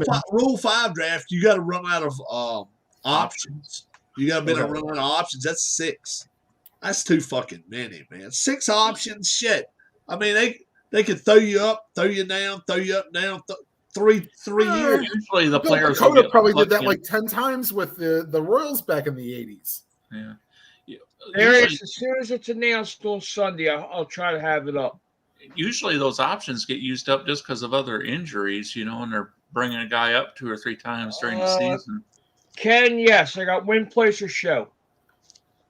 I am going to actually try to play this Hockey Blast 86-87 season. I'll definitely get the Oilers out. We'll see who we're going to try to get them to play. I'm kind of curious about that indoor soccer game, Harris. What that looks like between the boards. Yeah. If I can get over to the storage unit tomorrow, I'll try to dig it out. Well, you don't have to make a special trip to it, but if you ever do see it, I just want kind of what, Tim? Look at this Darius Montre list for the Stephen A. Smith ranking for. But Okay. why would you do a 21st century ranking? At the beginning of the 21st century. Well, Probably 21 because he years in, figures but like he'll never still, get to do one otherwise. probably. We were talking last night, me and Harris. Were you in on it too, Tim, about the deal with I don't think Tim was in on it with us. We were talking about quarterback. Cam Newton. Were you in there with us last night? Well, I saw the debate where you're trying to figure out if Cam Newton was a Hall of Famer. No way. I ain't got a project so much, Ken. I'm just going to play it a couple times. No, Cam Newton's not anywhere close. Somebody in here was telling me Cam Newton's a Hall of Famer. No, Cam Newton. Not even close. Hell no, he's not even close. He's not even close. No. Nope. Go look at his numbers, folks. Did you hear? I just said no after he was a little baby and didn't want to go after that fumble in the Super Bowl. Yeah. Yeah. Rob, Jim Rome I was listening to him today, and he was talking about RG3 has a new book coming out, and he says he's going to dump all the beans on how dysfunctional the Washington football organization is. And they've been talking then about Rome was saying he just asked Washington to sign him like 2 months ago when Fitzpatrick got hurt. He wanted to play for the team, and how he's going to sour grapes, fucking grapes. In that's what we call this bullshit. He's a clown. He's a clown. You can't take him. You can't take him serious either. Well, wasn't he the same guy who wanted Tim Tebow to coach Florida? He's the same guy that wanted who was that he wanted as his offensive coordinator? Some ex-Auburn, no, not Auburn, Baylor, some Baylor wide receiver. That was his buddy. He wanted him to come up and be the damn offensive coordinator for Washington. Excuse me. 23 years old. He wants him to be the offensive coordinator. I'm like, what the fuck? He's an idiot. RG3. He's a dumbass. D-back signed Mark Melanson. That's not a bad signing for. That is not a bad sign. He's a hell of a closer. He's a good setup. Closer or setup man, one of the two. Yeah, he can be a good setup man for you. I don't know if he can close now or not. Ken, I also have the ASG horse racing game. It runs the same way as the APA game does. Yeah. RG3 is a stooge. Yeah. But we were talking last night about Cam Newton. Go look at his numbers, folks. He's thrown for 31,000 yards to this point. 31,000. Now, I agree when you want to talk about Joe Namath, but Joe Namath is 50 years ago. Mm-hmm. Joe Namath is 50 years ago. Big difference between now and then. Big difference. If you want to start looking at, we were just talking about Joe Theismann threw for 26,000 yards, for God's sake. Is Joe Theismann is he a fucking Hall of Famer? Joe Theismann? No. If you put Newton in, you have to put Stafford in and Matt Ryan in. Oh my God! You got to open the fucking back door and the front door and the two side doors and the windows too. Bernie Kosar. Nowadays, Bradshaw's numbers wouldn't get in. No, you're right. But yes, he would, only with the fact that he's got the Super Bowls, because I'll tell you, MVPs. Well, let me ask you this: the Eli thing. Eli Manning's going to be a Hall of Famer. Yeah, and his record's 117. Eli gets in just because of his name. 2 Super Bowls. That helps. His name. I think Brady. Both against Brady. Yeah, 2 Super Bowls. That gets him in. But he's 117 and 117. Kind of a relevant thing to this, or somewhat similar to it. Bob Costas today on MLB Network was talking a little bit about baseball Hall of Famers, And he said, if you look at Roger Maris, his numbers alone wouldn't get him in, but based on historical significance, you could kind of put him in. Yeah. Because right now, he's not a Hall of Famer, is he? No. No. No. Because he only hit like 250 or something like that. Yeah. Right. But I think he said he's got like the most home runs out of any non-steroid user or something, or a lot of the non-steroid users or something. And let me ask you this. Was also saying that hitters at the time, they weren't asked to do what players today are asked to do, and necessarily the same thing. They were supposed to just drive in runs. And well, that didn't stop Frank Robinson from hitting all those home runs. Right, exactly. Let me ask you guys this, and I know Harris won't like it at all. Cal Ripken Jr. Look at his fucking numbers, especially the last 4 years he was playing. Shit, I don't give a fuck how many games you play. That shouldn't have shit to do with it. You look at his last few years. I mean, his numbers sucked ass, man. But I was never a Cal fan anyway. Oh, you weren't? I couldn't stand an arrogant bastard. Yeah, I can't believe that should not get you in the Hall of Fame. Playing that many games. Who agrees with me? Well, sure won't get in the Hall of Fame coaching youth basketball either. How many errorless game streaks did he have that were about 70 or 80? Yeah, he played great defense. That's right. That's a lot of the intrigue with Cal was that he played a great shortstop. What's his lifetime batting average? I had to guess probably about 267 or 268. But I mean, you think that Aussie Smith is someone that's definitely deserving and Cal Ripken isn't? Or all right, look at Aussie Smith's batting average. I know it was more than 267. I bet he hit 276 was Ripken's and career batting average. Stole base too. Aussie Smith career stats. And he was a better defensive player, in my opinion. Who was that? Ozzie. But let's see his career. Let's see his career numbers. But he didn't have hardly any power. By the way, the funny stat about Aussie Smith. No, he didn't hit home runs. No, he hit fewer career home runs than Don Drysdale. But he'd still be part of the table. Well, no, Aussie Smith wouldn't be part of the table. Well, it's just what you ask for your shortstops. I mean, in the day when Cal Ripken came up, I don't think shortstop was much of a offensive. No, you're right. Position. All right. All right. Let's ask. We'll ask a whole panel here. Aussie Smith batted .262, 28 career home runs. So yeah, right. 793 RBIs. That's nothing. 580 stolen bases. That's not terrible. How many Gold Gloves did he? 580 is pretty damn good. Yeah, that probably put some top 10 all time. Or I would say top 10 all time. So, and let's see what his fielding percentage was. I'll say Gold Gloves was probably like 14. Something like that, I would say. And then I want to see his fielding percentage. Hey, PJ. Aussie Smith lifetime fielding percentage. 978. Yep, and 978. That means out of 1,000 hit balls to him, 22 errors.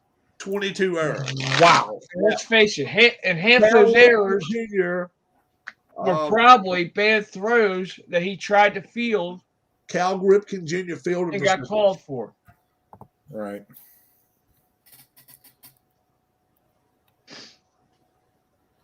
$15-time All-Star. Catch a bad throw on a stolen base attempt, and the middle infielder get charged. Let's see. He was a 2-time Gold Glove winner too. Ripken. Only 2 times? Only 2 times. Because guess who won it? Well, Gold Glove. The one thing, and I'm not 13. 13 out of 19. I'm not trying to defend anybody or criticize anybody, but with the fielding percentages, what doesn't show up in that is like the number of times that you stop a ball and you throw it over there, but it's not in time, so it's an infield hit where a guy with a stronger arm might have got him out, or something like that. Right. Yeah. Plus, think about it another way too. How much area could Ripken cover compared to Aussie Smith? Yeah. Not even close. It won't even half. It won't even half. There's no way. I wish I could pull up the strat numbers. Well, actually, let me see if Ripken was ever all right. Well, like a 1 or a 2 for strat. Let's look at Mr. Jeter then. Where does he measure up with these guys? Derek Jeter's right in between those two. Derek Jeter's a whole lot better defensive player than Cal Ripken. I don't think he's quite Aussie Smith magician like, but if you want like what's another thing? Something you want to call it? Variances Intangibles? Intangibles, exactly. He's a top 3 all time. I don't care who you are. I'm a Red Sox fan.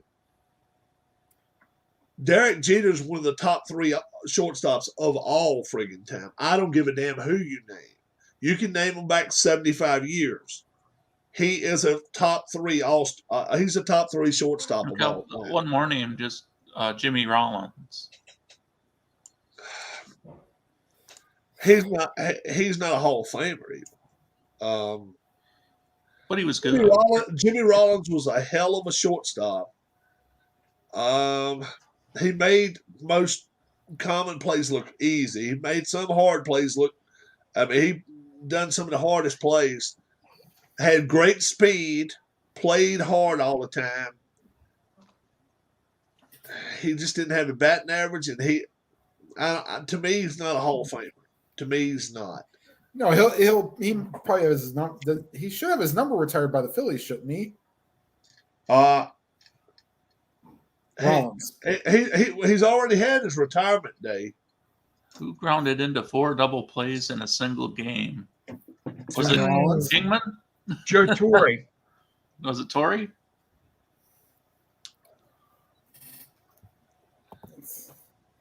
Ripken had a higher range factor than Jeter.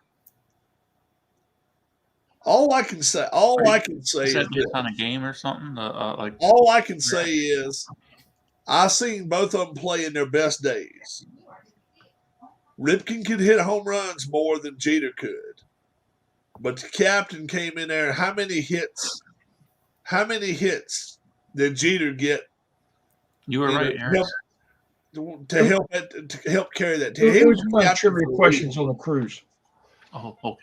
Harris, you got it right there too. Which guy would you have rather had for 10 years on your team? Jeter or Ripken? As much as I hate him, Jeter. Tim? Yeah, I'd probably go with Jeter. Yeah. Jeter or who?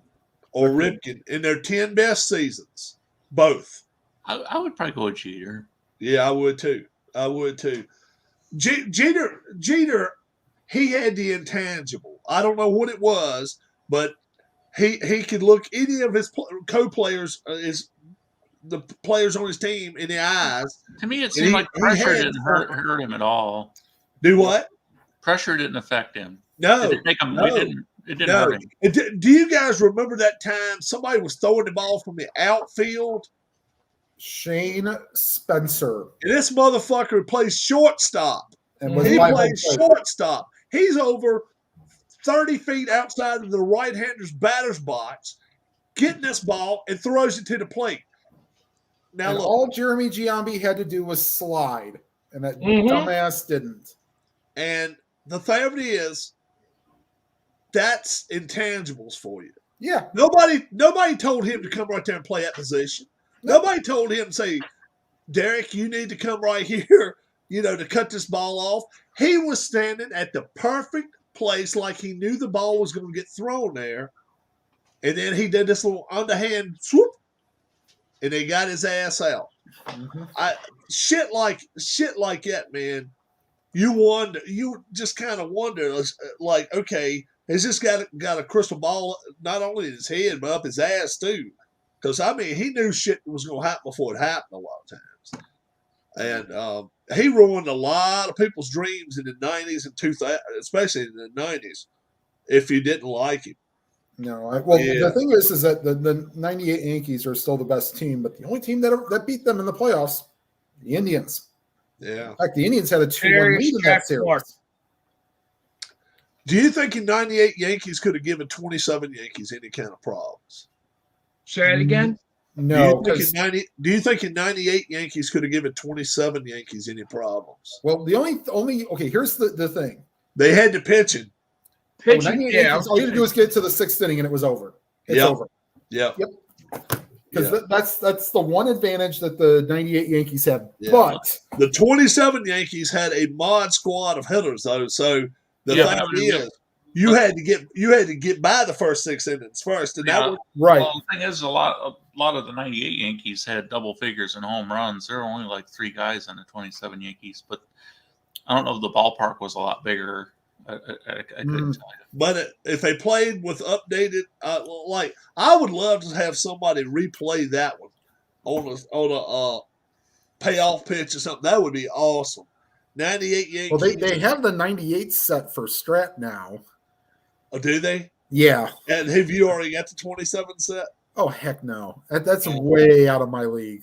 Now the thing is, I could sit here and print them all. I mean, go somewhere and print them all off. I got the app. I could print all the players off.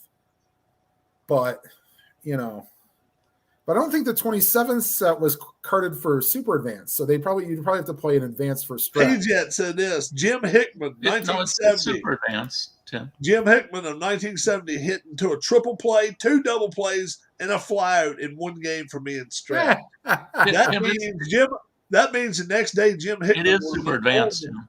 He had been on the fucking. They have 27 in Super Advanced. Yeah. Mm-hmm. Okay. I think come the 4th at bat, I would have pinch hit. 1920, 1924, 1927, I think all are. All right. Well, then there's the infamous game where Bob Brenly had 3 or 4 pass balls and then hit the game-winning home run. Yeah. So, wow. How long did Troy Tulowitzki play? How many good years did he get 2007 to 2016 or 17? He was hurt a lot there. Tulowitzki. And Tulowitzki. I know, but if I like, does anybody know who calls him Tulowitzki? No idea. The one that lost his TV show on, and then he had to go to podcast. Mike. Oh shit! What the hell was his name? Mike Francesa. Mike Francesa. Oh yeah, the guy who. Yeah. The one guy thought he was so alive. Go listen to some of Francesa. He talks about Tulowitzki. Tulowitzki. How about Reyes? How long did shortstop? He's like 14 or 15 years, I think. Yeah. Like Jose Reyes. Yeah, I think so. Whoops. Bye-bye. Boop. Look at that. Boop. Wow. Where do we find these people? How do they find us? How does YouTube even let them make that name? Yeah. Did you ban that one, Rob? Yeah. All right. I took care of shit. Y'all, all 3 of y'all can do it, right? I'm pretty sure Yeah. I could. Yeah. I know we can block on YouTube, but I don't have YouTube open. Oh, you don't have YouTube open. All you got to do is go over to the right-hand side of their name. Is you got 3 little dots over there. If you, I don't see the dots, so not on StreamYard. You got to move your little thing around. Move your little. Yeah, we don't have on StreamYard. We don't have the the right-hand side of them. I think we'd have to be on YouTube. Right. Yep. How about you, Harris? Can you do it? Got to be on YouTube. Oh, okay. I can do it myself then. Francesa is insufferable. Yeah, he's a piece of fucking work, no doubt about it. Oh, okay.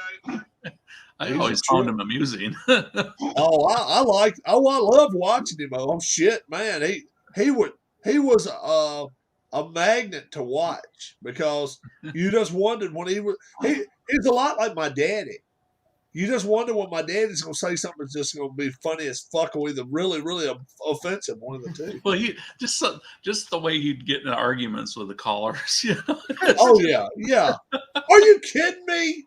Are you kidding me? Oh, yeah. He'd get all red in the face and stuff. Oh, yeah, he would. By the way, Jose Reyes, 2003 to 2018. He was watching the Mets and the Phillies in 2009. 2008, right there, one of the last days. Are you kidding me? You just give that home run up. Oh, my God. I mean, he is flying off the hook. This is one I can't get no trouble for, thank goodness. They don't have anything on this one. This is funny as shit. You want me to hold you down that way? Fran Sosa flies off a hook. Oh, my God. He gets so pissed.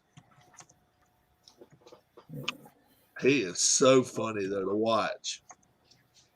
Maryland, Virginia Tech is a 2-point game with 7:30 to go.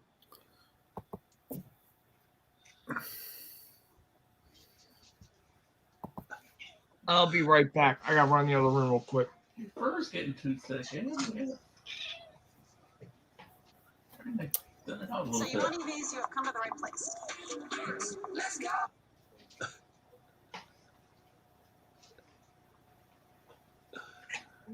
Oh boy, old Fran Sosa. Can't mess with him too much. And he is accepting. I watched it last night. All they talked about after the game was I drove me crazy. All they talked, well, you know, we got a couple of good bats late.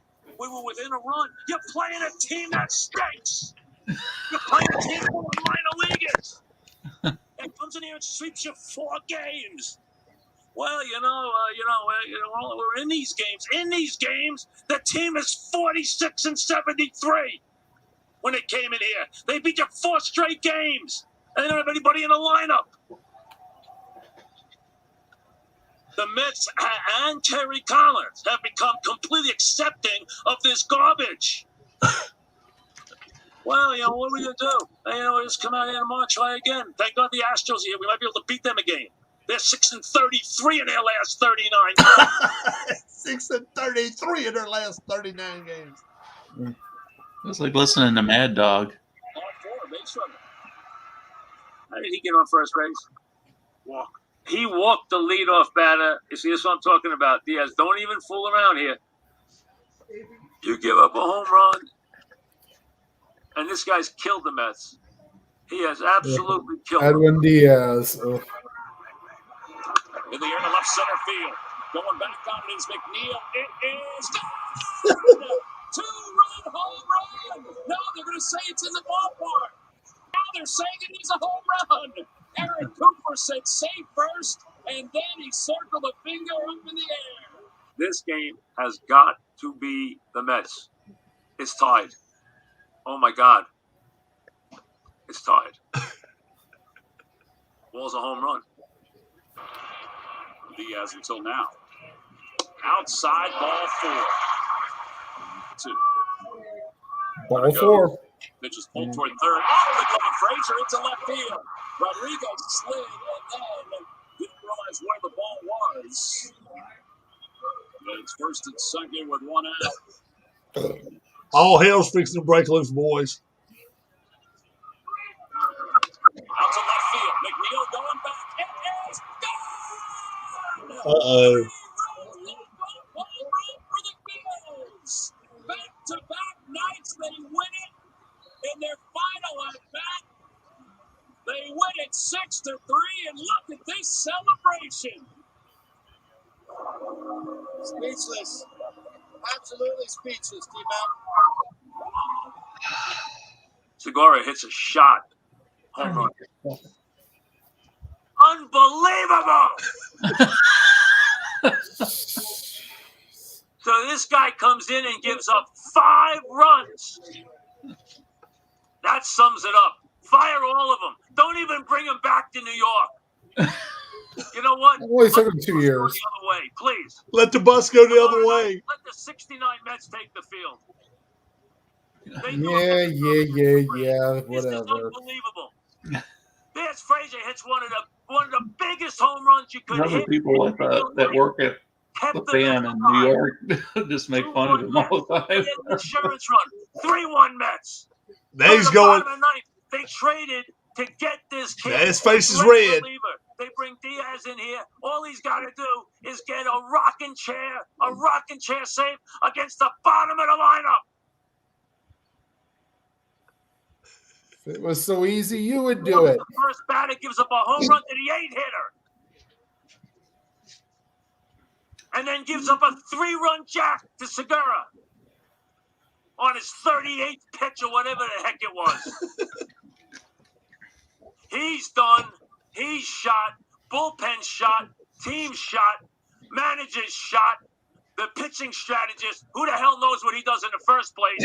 Hey, Marcus Freeman named Notre Dame head coach. ESPN breaking Instead news. of coming north on a turnpike, send it south. Let the 69 That's Mets the do it assistant that tomorrow was there? night. This is a disgrace.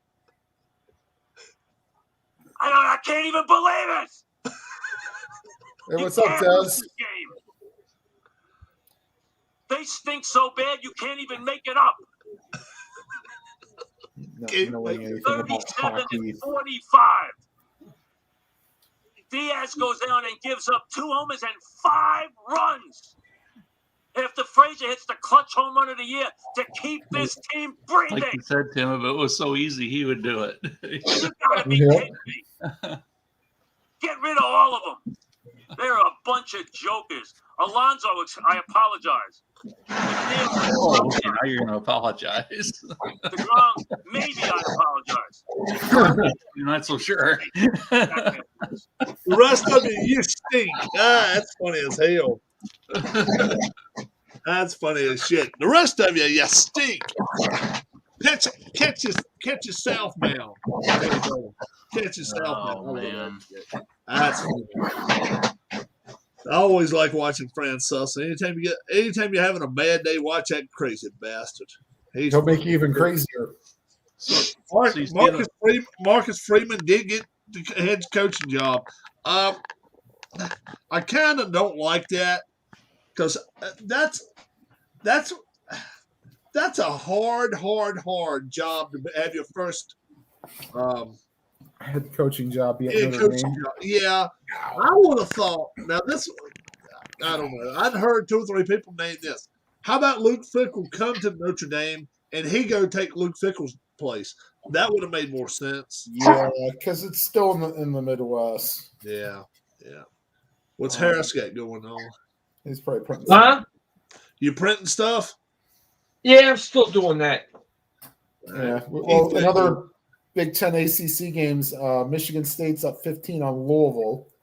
All right. Virginia Tech's up 3 on Maryland now. Okay. And then Nebraska and NC State tied at 61.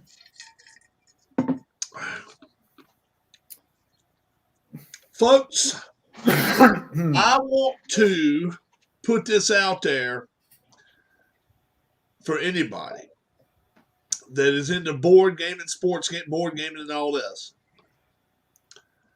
I got 3 guys right here that join me on a consistent basis. All right. I don't know if they're into it or not, but I'm willing to do it. And this kind of going out to App O'Brien's channel.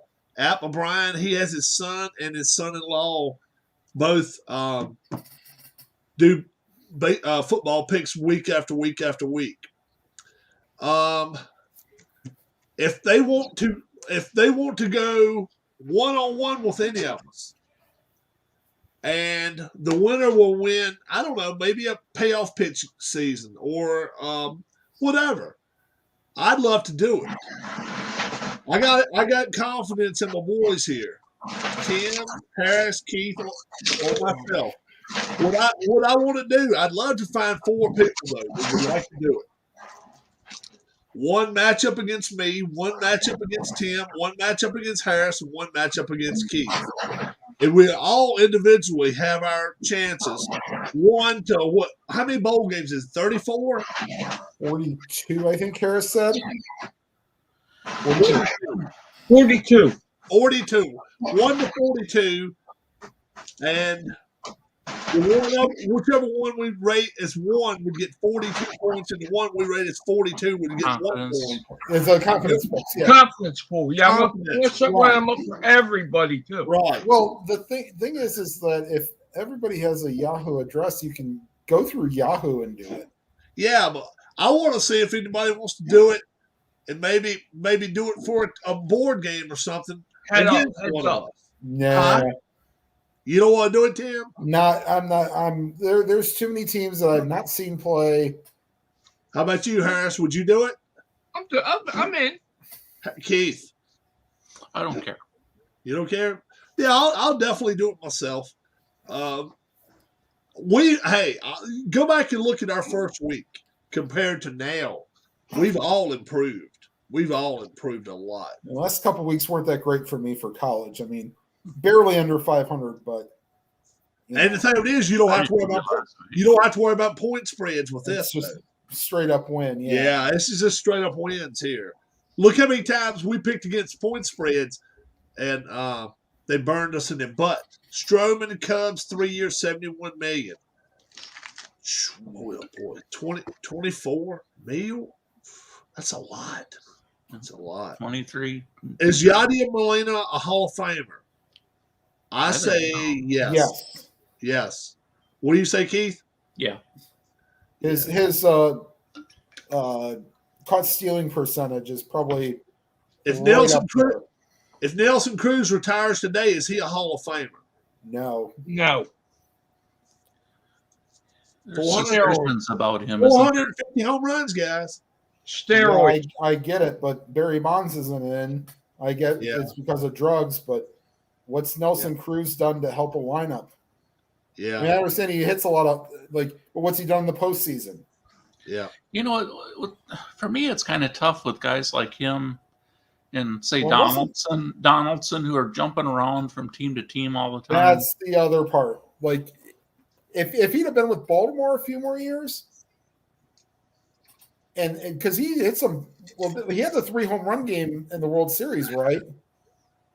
Who was that? I think Nelson Cruz. Could be. I don't remember if he did or not. But No, it was Pujols who did it. That's right. Yeah. But Cruz did hit like a walk-off grand slam against the Tigers. Dylan Bundy signs a 1-year deal with the Twins. There's another guy that's a bust. Yeah. Was he left-handed? I don't even think he knows. I don't think he knows.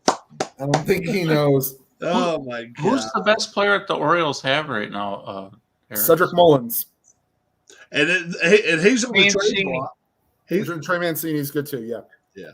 He's on the trade block who Mullins is. They've got him up. Trey Mancini should have been traded at the deadline last year for about 7 or 8 pieces. Yeah.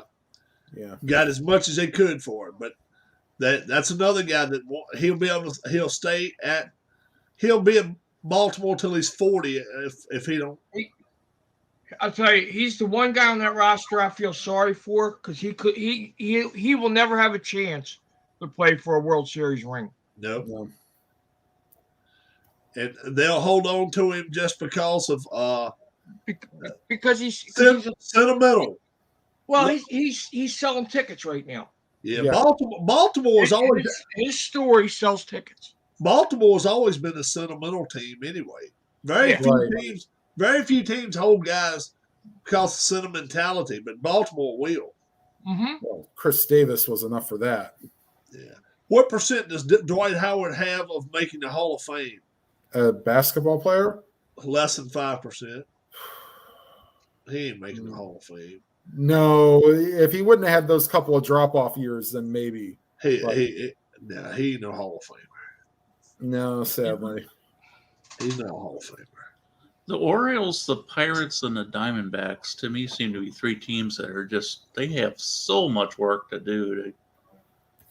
The difference is this though, Keith. At the time to get rid of players in the midseason, the Pirates will trade, and they have got a plethora of minor leaguers where the Orioles hold on to everything they got like a gold medal pieces. I ain't never heard of a team doing that shit. You're 30 games behind first place, and you're going to hold this left fielder because, I don't know, he went and kissed the right baby out there in the parking lot. I don't know. Anthony was like Anthony Santander. Yeah. I'm sorry. Yeah.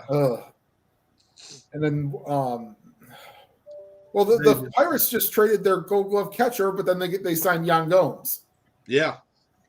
I thought Gomes signed with the Cubs. Roberto Perez. Sorry, wrong Indians catcher. Yeah, wrong Indians. Yeah, Yan Gomes went to the went to the Cubs. Yeah, and then so he left in Nats, right? Gomes, yes. Yeah. So yeah, the Indians didn't pick up Perez. Nats is going to be another team this year. It's going to look like an empty shelf out there. Yep. Yeah. Yeah, I'm hearing heavy news out of Philly that Trevor Story's going to sign, but obviously right now, hey, you can still sign. Can't you still sign even though you sign up till midnight Eastern? Oh, yeah. Okay. I thought they could even when they're signed. No, once they shut down, they're closed for business. Oh, okay. Yep. Now, are the Marlins close to having a competitive team with their system, or is there like 3 years off? They did re-sign they re-signed one of their pitchers, Alcantara or whatever. I think it might have been Alcantara. They have good pitching staff. Their problem is they just don't have a good lineup enough to be able to stick with people day in and day out every day. Jazz Chisholm's a good player. Yeah. He's a fast kid. He can steal a lot of bases for you. He reminds me of that little bony jabroni. I saw they traded their catcher to the Padres, Alfaro. Jorge Alfaro. Padres acquired him somehow. You know where he came from? The Phillies. Virginia. Philadelphia. Philadelphia, okay. Yeah, he was a Philly. They got him. They got the Real Muto trade. Yeah, they got him in that Real Muto trade back 3 years ago. Alfaro. Yeah, they got like 5 pieces for Real Muto, and I don't know. I think they could have done something better than that. I mean, Real Muto's a good catcher, but how many more years is he going to catch? Probably 1-2 more years is it. Yeah. Yeah, the knees are giving him. Once you get 30, it's tough. Well, that was the genius of what Houston did with Biggio. I realized he had too much speed to be busting his knees up. And they decided, hell with it. We'll put you at second. And then they even put him in center field later in his career, and he still did all right. Same thing with Molitor. He got played in the center field before it's over with, too. Mm-hmm. So, to Alan's disappointment, it sounds like a lot of people think that DH is almost a certainty. It'll happen.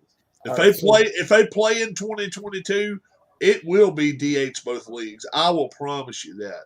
All right. So that brings up an interesting question about players not named Tom Brady that could be in the Hall of Fame. Locks for the Hall of Fame, right? Wait. Now, current players, all right? J.J. Watt, he's a Hall of Famer. Now, see, I disagree on J.J. Watt. Just because he can't stay healthy. J.J. Watt's got 100 career sacks, though. But he can't stay healthy. How many full seasons has a man played? Well, his numbers still show he belongs. So I'd say Rodgers. Yeah, Aaron Rodgers. What about one of the McCourties? Devin McCourty. Yeah. He's got a lot of interceptions, doesn't he? Let's just go through quarterbacks first. We were talking about this guy the other night. Roethlisberger. Who in here says Roethlisberger's a Hall of Famer? Who in here says Russell Wilson's a Hall of Famer? Not yet. He's still got a chance, but he's not there yet. I don't think he's a Hall of Famer either. Let's see. So many of them so young nowadays. Right. That's who the you guys think goes number 1 in the NFL draft? I've told you who I think goes number 1. Yeah. The kid from Michigan, defensive lineman. But it depends on who picks, Sean. That means a lot. Right. If you need an offensive lineman, you may go with somebody's offensive lineman from somebody like a Michigan or Wisconsin or somewhere like that runs the football a lot. But another one that's current, but I might not put him as a lock yet. Amari Cooper's trending upward. Yeah, he's getting And I there. wouldn't He put him made in it, a lock yet, though. I don't put him as a lock yet, but he's trending Not yet, upward. now. Gronk, Cooper is playing tomorrow night. Yeah, Gronk is a Hall of Famer. Yep. Yeah. Yeah. But we were just looking at his numbers last night. Tight ends. Guess where he's at right now? All-time tight ends receptions. For just receptions. Receptions, yeah. But I Don't don't need look to it see up. his Don't look it numbers. up. Take a guess. Yeah, no, I saw that part. He's like 10th, isn't he? What'd you say, Keith? I don't need to see his numbers. I think he's a sure Hall of thing. Famer, yeah. Yeah. 12th. He's 12th. But look how many games he's played. Yeah. Most everybody in front of him's played twice as many games. Right. Yeah, that's You know, what guy you gotta that- look at. Another guy that's trending but not there yet is McCaffrey, probably with the Panthers. Christian McCaffrey, he hadn't played much. He's another one. Can't stay healthy. He hadn't played a lot, though. He hadn't played. I mean, has he got 5,000 career yards yet? Even? I'm just saying I think if he can stay keep on pace what he's doing, He might. Maryland just missed a 6-inch jump shot. 6-inch. Yep. Odell Beckham, no. No. Pierre Paul. How about Pierre Paul? Jason Pierre Paul. He's borderline. Yeah, Let's see how many career sacks he's got. Because he's got how many? He's got 3 rings now, and more rings than fingers. More rings than fingers on one hand. Yeah, he's only got 2 fingers on one hand. That's wrong. I don't care what you say. That one's wrong. That is fucking far from home, Charlie Brown, but it's still funny as hell. There is one active kicker who's a sure Hall of Famer. Justin Tucker. He's got to be. Yeah. Is Kittle on pace? Finally gets his call, and he will. Kittle, is he playing at a? He's got a lot more to play. Jason Pierre-Paul's career sacks. Don't forget, this kid Pierre-Paul could have been the MVP last year. Because remember, when they were playing, they had what's his name running the opposite way. He ran 180 yards the opposite way than from the line of scrimmage. Kansas City quarterback. Oh, Mahomes. Mahomes, yeah. How about that defensive back that played for Seattle, and I think he's now with Tampa Bay? Richard Sherman? Richard Sherman. That's tough, but I'll go a hard no on that. Hard no? Yeah, hey, Jason Pierre-Paul's career sacks, 91.5. Ooh. 91.5. If he gets to 100, he could be a kind of underrated Hall of Famer. Top sacks all time. Well, you gotta be in the 120s, 130s, maybe to be all time. Wow, it's a 1-point game with 50 seconds to go. Okay. Does anybody know who number 1 is all time? Is it Michael Strahan? Sack leader? Yeah. Well, Strahan has a single season lead. Strahan is 6th. Is it Reggie White? He's number 2. Oh. With 198, but there's one guy's got 200 sacks. Is it Deacon, not Deacon Jones? No. You saw him play. Oh. You saw him lose in the Super Bowl and lose in the Super Bowl and lose in the Super Bowl and lose in the Super Bowl. Bruce Smith. Bruce Smith, 200. Yep. 200. He played at Virginia Tech. Yes, he did. Kevin Green. Yep. 3rd, 160. Julius Peppers. Now, that's a hell of a surprise. 159.5. Yeah, he hung around a long time, though, didn't he? Was he with the Steelers for a while, and then the Packers or something after the Panthers? Yeah. Strahan, Taylor, Terrell Suggs. Oh, the Bears had Peppers, too. Is he still playing Suggs? I don't think so. Yeah, I don't think he is. No. How long has Joey Bosa been playing? 3, maybe 4 years. Yeah, DeMarcus Ware. I got a jersey. DeMarcus Ware's a finalist for the Hall of Fame this year, I think. He should make it. Richard Dent, John Randall, Jared Allen, John Abraham, Lawrence Taylor. We finally get to Lawrence. How about that linebacker the Broncos had that's now with the Rams? What's Miller? Von Miller or whatever. Leslie O'Neal, Ricky Jackson. He was an underrated linebacker. Sam Mills was probably more underrated than Ricky Jackson. Yeah. Derek Thomas, Dwight Freeney, Robert Mathis, Simeon Rice. All of them have 122 or more sacks in their career. Oh, so you got to be up on like the 130s. You got to be in the 120s to be. Was Brooks in the list? I think he was more of much of a sack artist. Though. No, he was a good player. What Brooks? It was Tampa. Oh, you talking about that? Florida State. Yeah, Florida. What was the Brooks kid's name? Oh shit. Yeah, I know you're talking about. He played linebacker. He wasn't even. He wasn't even. Warren Sapp. Did he have many? Sapp ain't in the top. He was a tackle, although he wasn't an edge rusher. Yeah. Nope. Now, did you guys see the thing with Ric Flair online talking to his buddy with ALS, Michael? Yeah, he's in a bad way. If he makes it to Christmas, he's gonna be lucky. Talking about Stephen Michael. Yeah. It's not looking good. They had him live on there. Well, yeah, last I saw, he was really thin. Yeah, he's lost a lot of weight.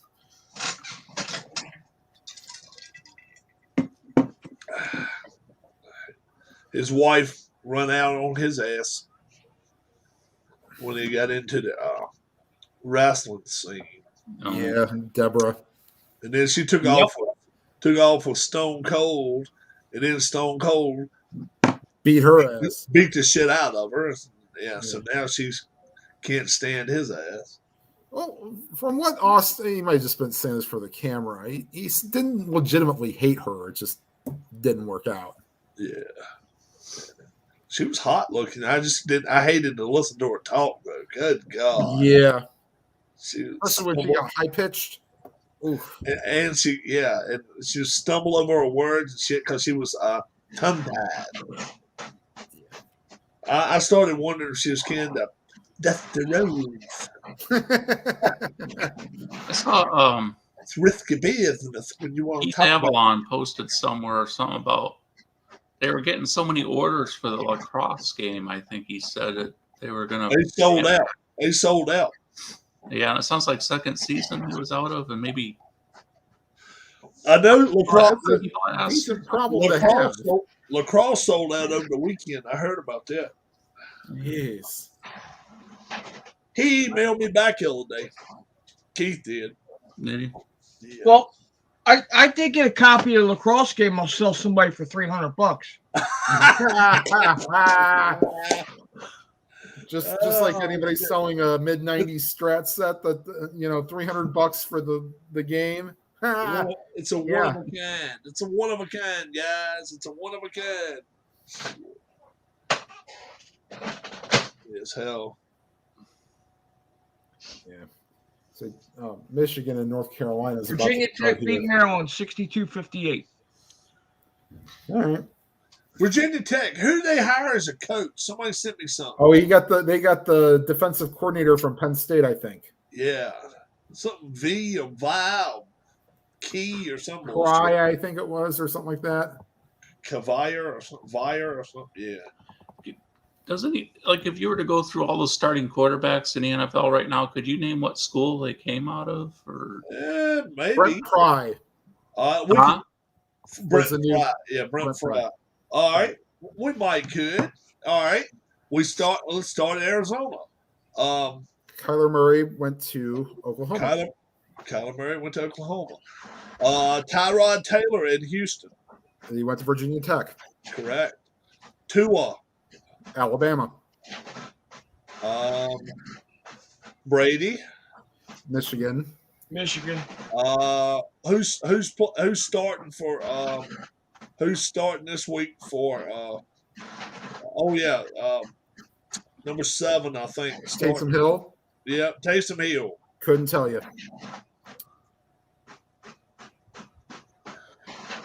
Wow. Taysom Hill. That's a good one. All right, so I can name a few others. Matt Ryan Western Michigan. I'm not sure. Garoppolo? Jimmy Garoppolo went to like Washington? Eastern Washington, maybe.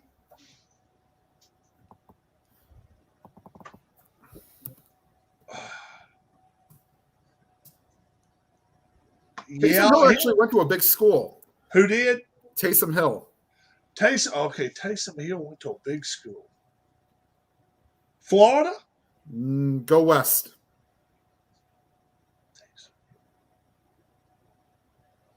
Gulf of Mexico. No. Well played. That was fucked up. I'm sorry. Houston. Keep going west. Arizona State. BYU. Taysom Hill.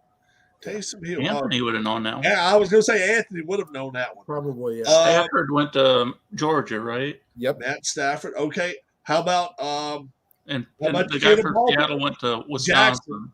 Jackson? Louisville. Louisville. Right. And then you know the kid from Roethlisberger went to Miami of Ohio. Yep. Then the kid from the Jets. Oh, BYU. yeah. Flacco went to Delaware. No, the big boy. Wilson. Wilson. Yeah, he went to BYU. Right. And Yeah. then the kid from the Giants. Daniel Jones. Kentucky?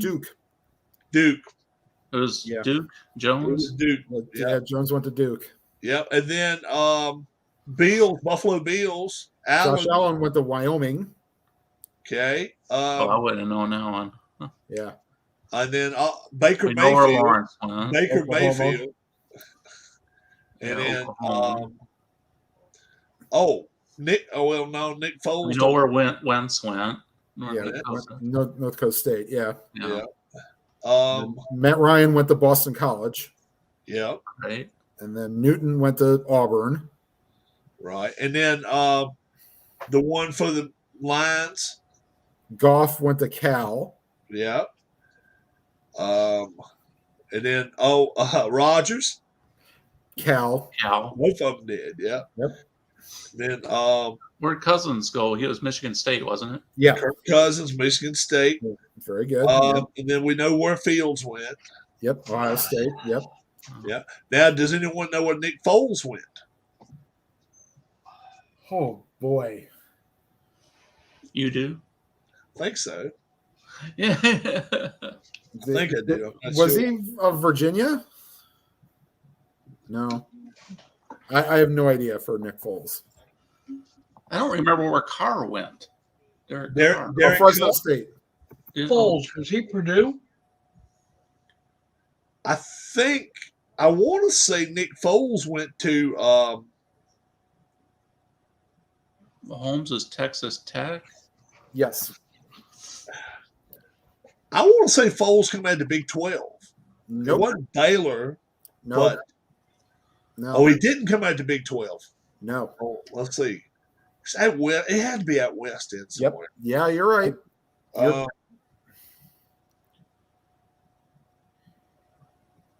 Oregon State Nope. wasn't the Big 12 in. What the Big 12? Nope. You're in the right conference. Oh, it is Big 12. No, Washington. no. Arizona State. Arizona. No, you went to Arizona. Arizona. That's right. He was. Okay. He That's right. transferred Arizona. from Michigan State, though. Huh? Okay. He was at Michigan State his freshman year. And he Oh, transferred. well, I know that. He transferred. Okay. Oh, okay. He transferred. Okay, and then went to Arizona. Then let's see. Yeah, I thought for some reason I was thinking he went to Purdue, though. How about this? How about this shit with the Rams again? Jack went to Are they Mississippi ever going to be State. happy? The Rams are wanting to go back to St. Louis again. What the What? fuck? Fudge.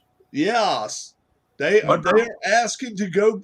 The Rams have To St. Louis They have They have made a request after getting that new stadium. after getting a new stadium, or it might have been the ex St. Louis Rams owner. Maybe that's what it is. St. Louis Rams owner is looking to get a team back in St. Louis again. That could be. that Maybe that's what it is. And they Oh can- yeah. I see it. There's people out there that want them to expand 2 more teams right now, Yeah. and they want to expand to as many as 40. Jesus Christ. Why? Yeah. Right. All right. So You expand to 40. What are you going to do? Expand the playoffs to 20? Yeah. To 12 each conference. That's bullshit. The no. I mean, look, you're the 14 WTF would just drop lower in the rankings. as Oh well. yeah. Oh yeah. Speaking of 14 WTF, teams now. I mean, where'd that kid go to college? What the hell's his name? Heineke? Taylor Heineke. Yeah. I have Meineke. no idea. Meineke Muffler. Yeah. Heineke. No idea. Taylor Heineke. Let's think. All right. Puerto All right, Rico, So you. while you're thinking, well, we still have Joe Burrow and Trevor Lawrence. That's easy enough. Right. LSU and Clemson, Right. and You got your guy in Seattle Russell Wilson's Wisconsin, and NC State before that, NC State before that. Yeah. and then Well, Burrow is LSU via Ohio State. right. and then Vegas. Yeah, Yeah. Dominion. Who? For Heineke. Heineke. Old Dominion. Oh. Oh wow. That's down in Norfolk. Okay. Carr. Derek Carr. Did we figure Fresno him State. out? He went to Fresno State? Okay. And then let's see. Oh, Wait a minute. Or am I the one- thinking of his brother that went there? Hold on. Let me make sure for Derek David Carr. Carr. Yeah. and then how about Yeah, the, no, how he about, was Fresno State. Okay, I was right. and then how about the kid that was quarterback in Denver earlier this year? Oh, Bridgewater. Bridgewater. He was. Louisville. He was a Louisville. Okay, I thought I so. was going to ask if that was it, but I wasn't sure. About it. Wasn't he Louisville? I think so.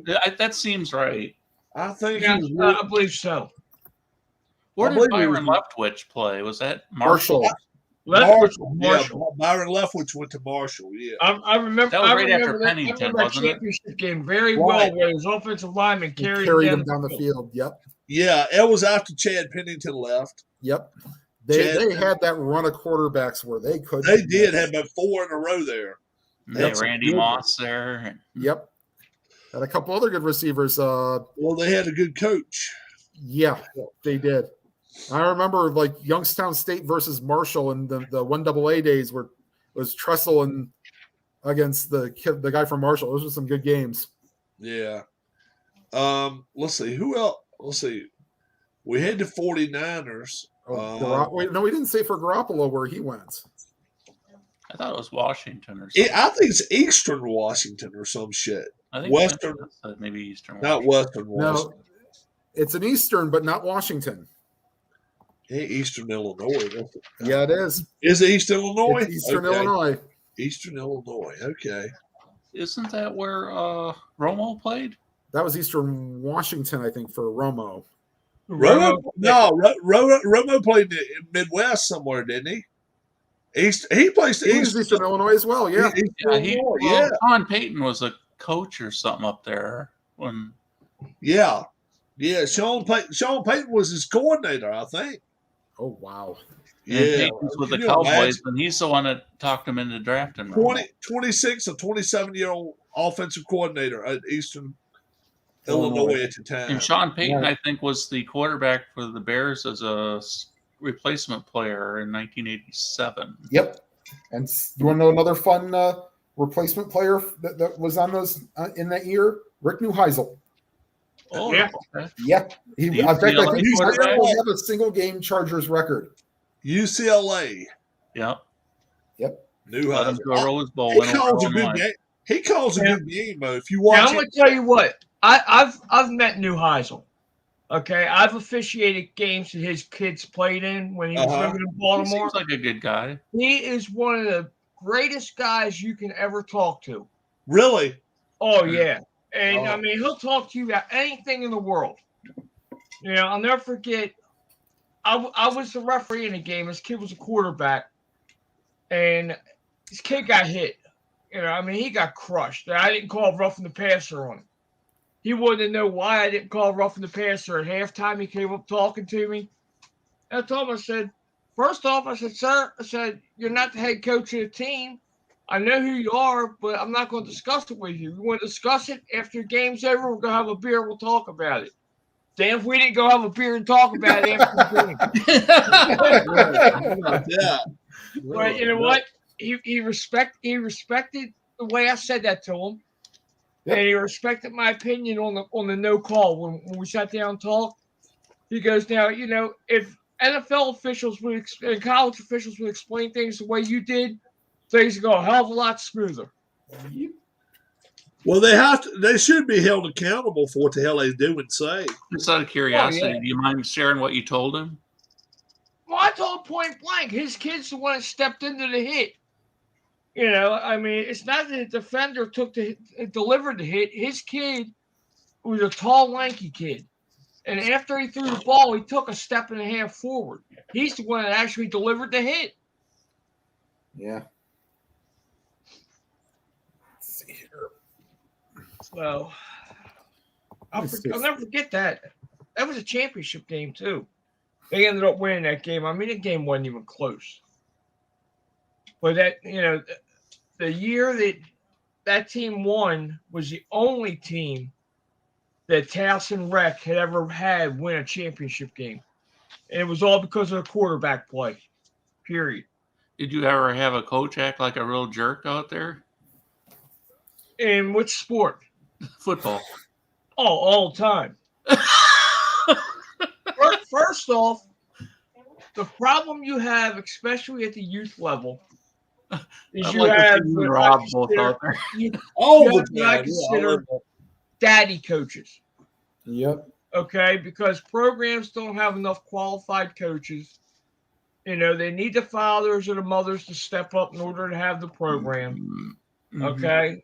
All they know about football is what they see on TV on Sunday. They don't know the youth game. They don't know federation rules. You know, they think just because a kid jumps into the neutral zone and they get back before the snap, they're okay. You know, they don't realize once a kid breaks the neutral zone, the play's over. Oh wow, Yeah. I didn't realize that. That's just for youth level, right? Well, it's high school level. Oh, so high school, if the kid jumps in the neutral zone, they'll call the play dead. Once they break the neutral zone, play's dead. Wow. 5 yards. 5 yards on the defense, yes, sir. Okay, so they don't even have to make contact. It's just they jump in the neutral zone, it's over. Correct. Wow. You know, like I said, about the only high school rule I know of is for like Ohio. If it's you're up by 35 points in the fourth quarter, Run it block. well, actually, that starts at the opening kickoff of the second half. Oh, okay. So if they're up by Oh. 35, then that you can run the clock. Correct. Did you guys- Now, it Go can ahead. also be requested by the trailing team at any time in the first half. Okay. You know, but the team that's leading has to also agree to it in the first half. Yeah. And you get a lot of these coaches that won't agree because at that point they're trying to get some kids in the games. Yeah. You know, and if you're struggling to get kids in the games at that point, there's a problem with your coaching philosophy. Right. Like I like the biggest blowout I've seen in the first quarter.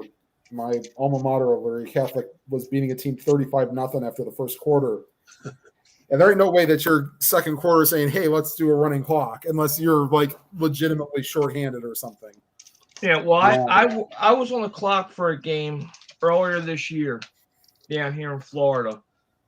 And there was a team that showed up to the field with maybe 17 kids. The team they were playing had a roster of about 60. All right. Damn. The score was 21-0 in the first 4 minutes of the game, and the team that came in with 17 kids Beat their asses. 2 offensive plays. Oh, so Okay. they get the hell beat out of them. Oh yeah, I mean, the Shit. opening kickoff We- went onside. The kicking team recovered. We One went- play, score. We went and watched a basketball game. God, how many years ago was this? Oh, what have mercy. 27, 30 years ago. Went up to Northern Virginia, watched a team called Oak Hill Academy. Yep. And they were playing a team out of Orlando, something county. I don't even know what county it was, Lakeland County or some bullshit. Okay. They came up there to play them. And this Oak Hill Academy, the shortest guy they had starting was 6'7". The shortest, and this is high school. What the hell is in the water up there? Well, what it is, it's a private school. Right. Yeah. So that's where. what it is, they can recruit just like college can. Yep. Yeah. They can go out and get you, and be like, okay, well, Move to the area. Well, or something. well, Don't even have to move they to don't the have area. to. They don't have to. Private schools, It's- as long as you can get to school, you're good. Yeah, they got a place true, for them to live and yeah. all. So we can set how much we're charging you for your kid to go to school here a month. Mm-hmm. What is how about $7 a quarter? Okay, all right. They can sign for that. The kid can go to school and do all that shit. And it's like a post high school type deal. So it's like a junior college too. So they got one, they can let them play one at 19. We watched them dunk all over them poor bastards. They put like 100 points on it in three quarters. Now 8-minute quarters. Right. I think it was 8-minute Jeez Louise. 8-minute quarters. Yeah. They beat the living shit out this. I don't think the team from Florida scored 35. I'm serious. There's It was an ass whipping, man. how many of you remember the female basketball player Samika Randall? Somebody come around. Went to Tennessee, mid to late 90s. Uh-uh. I Okay, don't so- remember. Okay, so she went to a school called Trinity in Cleveland. Okay. And the first high school I went to had to play them in a playoff game. Final score, I believe it was 95-25. Wow. Lord have mercy. Yeah. And the other thing is, I think she's the same age as I. She might be the same age as, or a year older. I think she's a year older than I am. Because the second school I went to, we were in the same conference as they were. And my sister and my dad went to go see when they came to Elyria to play them. And I wouldn't doubt if it was a mostly packed gym for a school that doesn't sell very well for women, for girls basketball. Right. Yeah, anytime any that team went anywhere, attendance They was going to shoot traveled. up. They traveled well. Yes, they did. Oh yeah. Well, even like what you mean, like a local female is going to play for a major school? Okay, we'll go watch. That doesn't happen much here in Northeast Ohio. Yeah. We had a guy that played against us, and he wanted to go. He was going to Maryland to play. I don't know if he ever did make it up there to play or not, but we made it to the Seminole District Finals or whatever it was, state semifinals or whatever. And we went to University of Virginia to play him. And this guy ran off 43 points against us. And we didn't score 43 as a team. And I want to say, I don't know if he ever did. Let me see if he did. Tony Dallas was his name. I wonder if he ever played He got. I know Maryland was talking to him. Basketball player Tony Dallas. I don't know the name. Yeah, the name. Hey, doesn't Rob, ring a bell. Des put a comment in the question in the chat. Want to know if we can do a moment of silence for Sean's mom. We kind of did our little thing for during the picks. Gave a little. We certainly can. Yes. Sean lost his mom a couple days ago, and yes, Sean, our condolences, and we will now have a moment of silence.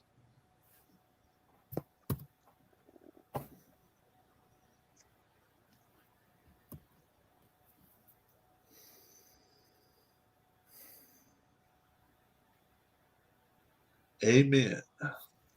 And yeah, Sean, we definitely we want you to know that if you're having a problem, you got my email, you got my phone number, you can call me anytime you need to.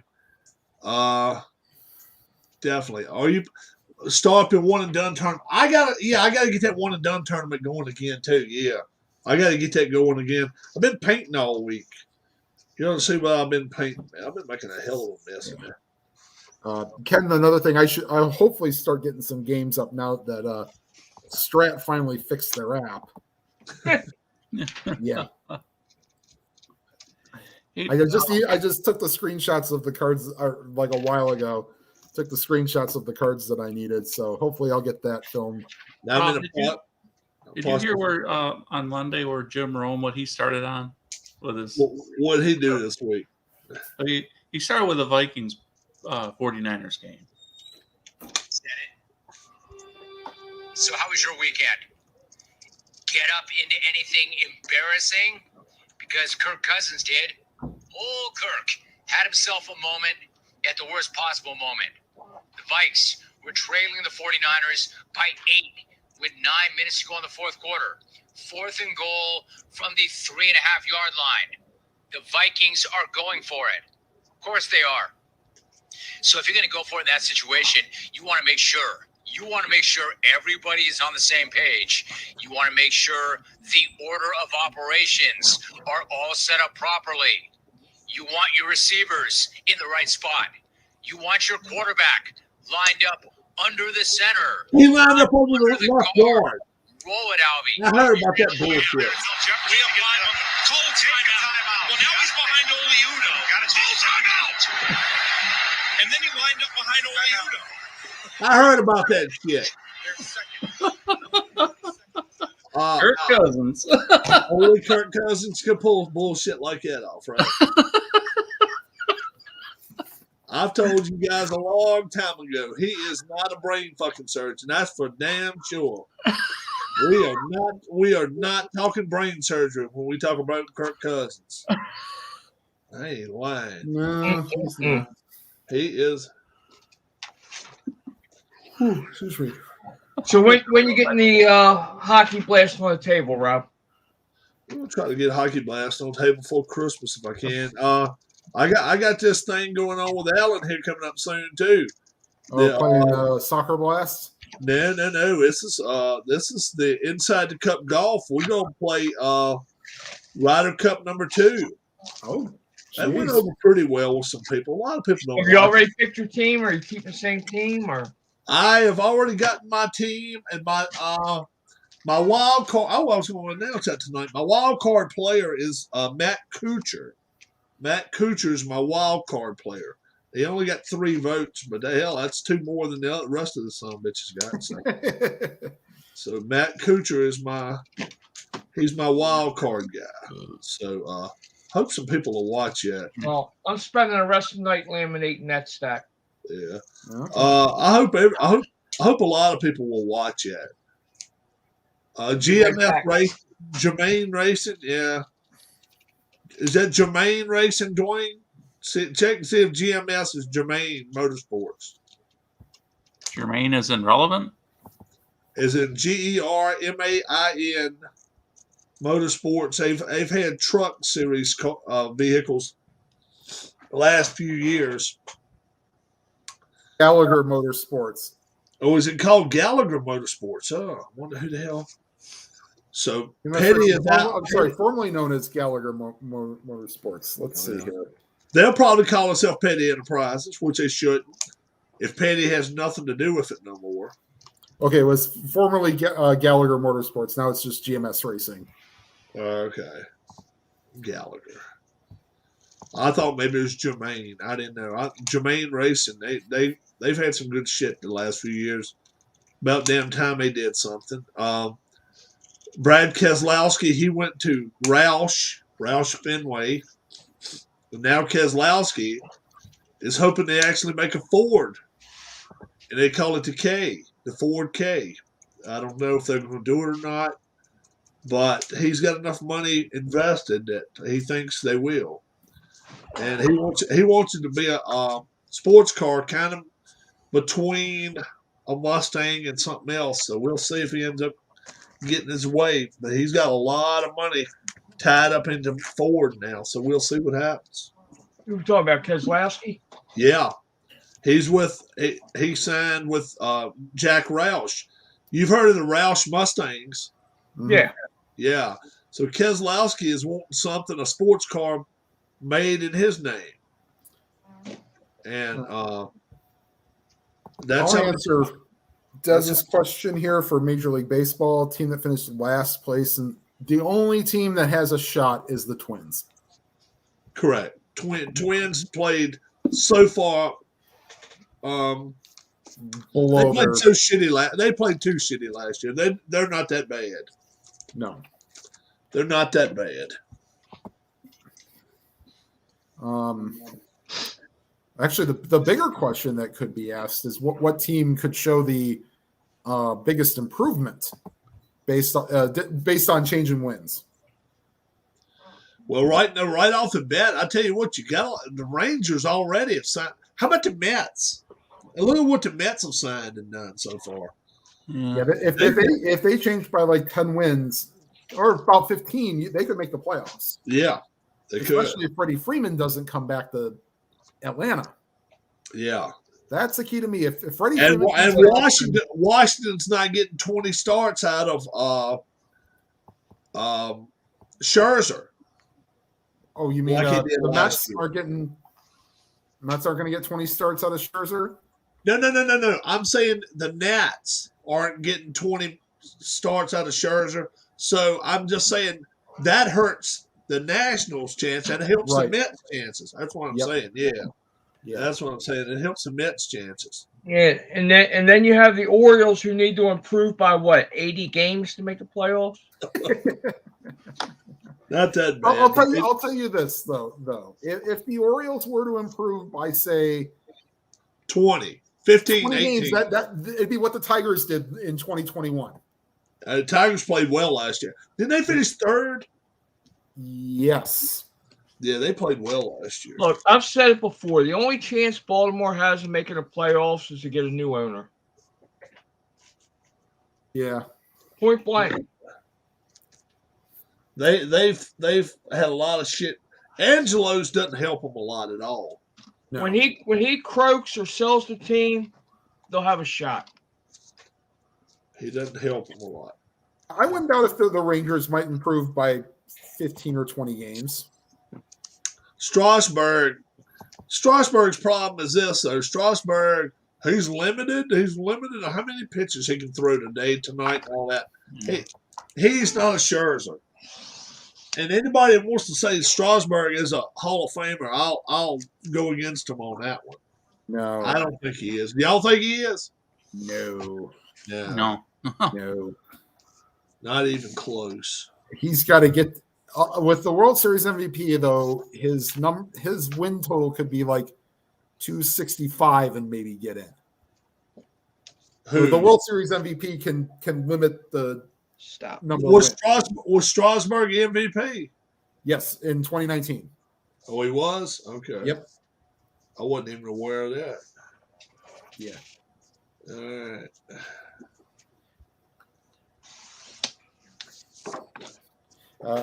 There's a channel called Giraffe Neck Mark, and he made a video about the 10 players with the lousiest careers that won a World Series MVP. And Steve Pearce was very high on the list. Steve Pearce. He won it in 18 for the Red Sox. Red Sox, yes. Steve, and he knocked the cover off him all the whole series. He batted about He's a 500. journeyman who had his one shining moment. Yeah. But if you can bet 500 in those 7 games or less, you got a chance. Yep. Hell yeah. He deserved to win it. I remember. I agree. Yeah, he had a phenomenal series. Hell yeah. See, there you have a guy who played with Baltimore, who Pierce. they let go, who's played for a World Series, and now you have somebody like Mancini who deserves to play for a World Series, We'll and they'll never let go. He won't never sniff one. Well, I mean, that's what they're going to say about Trout here pretty quick. Yeah. I mean, Trout, though, Trout's got to stay healthy a year now. We'll see what That's happens. his problem. yeah. He's had 2 years in a row. He's had problems with his health. Nick, what are you cutting, Rob? Paper. No, I ain't going to be a smart ass. Hockey cards. Suns have won 17 straight. I heard about that. Yes. So if you put a folder on your computer that said Phoenix Suns losses in November, it would say file not found. Yeah. December, too. Yeah, so far. Yep. Oh, Steph Curry, I believe Foreigner made a song called Cold as Ice. That's what he was last night.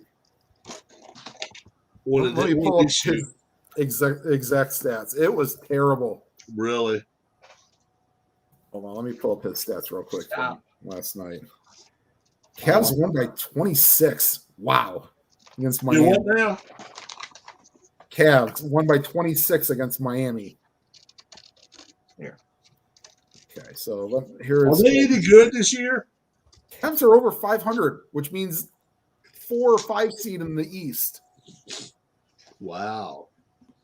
What do you guys think about that new playoff format in the NBA? I'm not a big fan of it.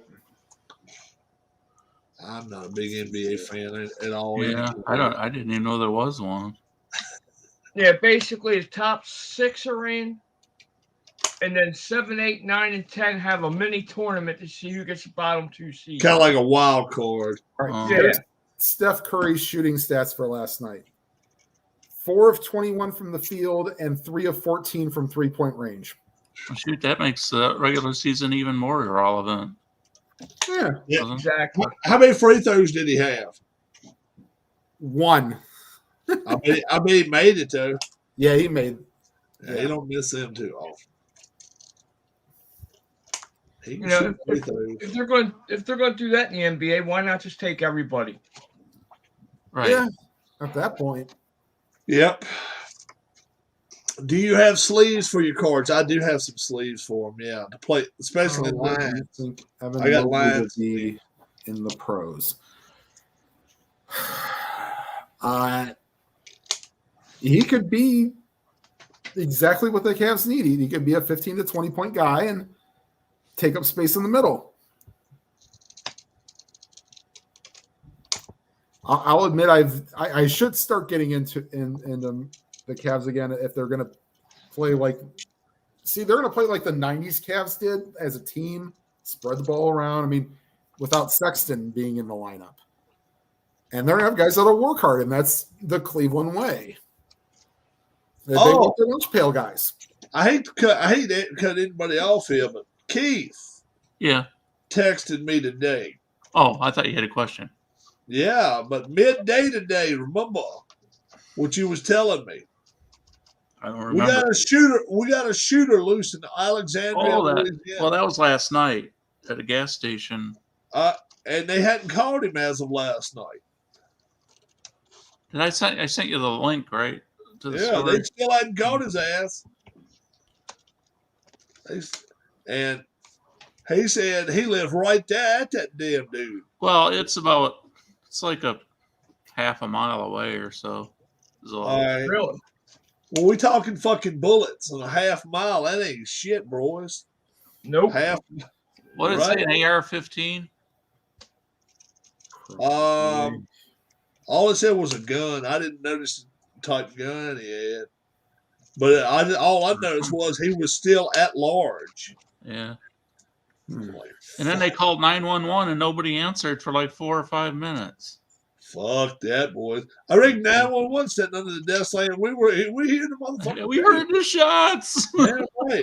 It's the worst. I called 911 in Baltimore for a fire, and they put me on hold. Oh my God. They should come back. This is a recording. The person who called you is now deceased. Oh my Lord. That's As Public Enemy once said, 911 is a joke.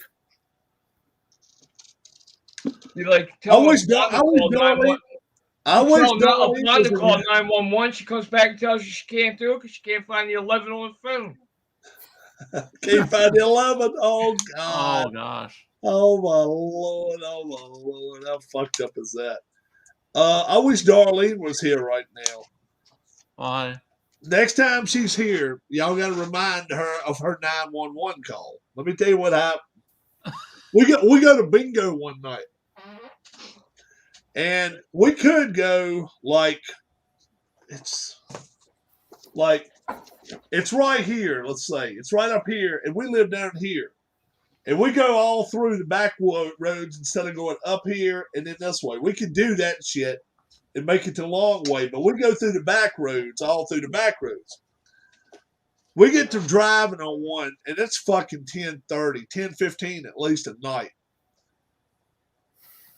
And I'm driving, let's see, our black car. Yeah, our black car. And all of a fucking sudden, I see something in the lane right there to the right. And I swerve over real fast. I said, oh, fuck, it was a damn cow in the road. A cow in the middle of the fucking road, folks. I'm going 50 fucking miles an hour on a back road. If I'd have hit this son of a bitch, we'd have been the ground beef. I hand the phone to Darlene. What? I said, call. Call who? I said, call 911, damn it. She said, what the hell am I going to tell them? It's a fucking cow in the road. I said, damn right. I swear, if I'm lying, I'm dying. She'll tell you when she comes in here. She calls. She gets them. Pennsylvania County 911. Ma'am, there's a cow in the middle of the road here. And before Darlene could finish, she said, oh, is it in the Climax, Virginia area? She said, what? And she looks at me and I said, yeah. She said, yeah. Said, we have already gotten a call on this one already. We're trying to get in contact with the man that owns it to get him out of the road. I mean, if you would have hit that damn thing going at any speed at all, it would have been bad. It was trying to get in contact with the man to get it out of the middle of the road. She'll tell you, yeah, we're trying to contact the man that owns a cow right now. Yep. She'll tell you when she comes. She ain't here with us tonight. All I'm gonna do, I'm gonna call her in here when she comes back, and I'm gonna say, Darlene, tell them about the 911 call you made that night, and you didn't want to, because she bitched at me, said they gonna think I'm fucking crazy. I said, I don't give a shit. Call them, get that damn cow out the road, and she didn't want to, but she called them. The cow in the road. Wow. Yeah, this is fucking 10:30 at night, bro. Stuff you just can't make up. You cannot make that bullshit up. Rob, I actually have an autographed picture from a former Philadelphia Philly. Oh, let's see. How old? Huh? How old is the photo? Oh, how old is the photo? Mm-hmm. Probably about 70 years. I was going to say probably older than the Philly. Is it an actual or is it a reprint? No, this is an actual. 1970. I got it from his daughter. Oh. His daughter wasn't a rep for Ally Bank. Oh, what was the player's name? Ralph Putsy Caballero. Ralph Putsy Caballero. Yeah. The three Caballeros. That's Jackie Robinson. I don't know how well you guys can see this, but This Caballero. is actually one of my prized possessions here. That's Jackie Robinson in the picture with him, though. That's a Blue Jackets. Okay, so let's see if I can move it out of the light. So you see the name to the right of the Columbus name? In the red up there. Yep. All right.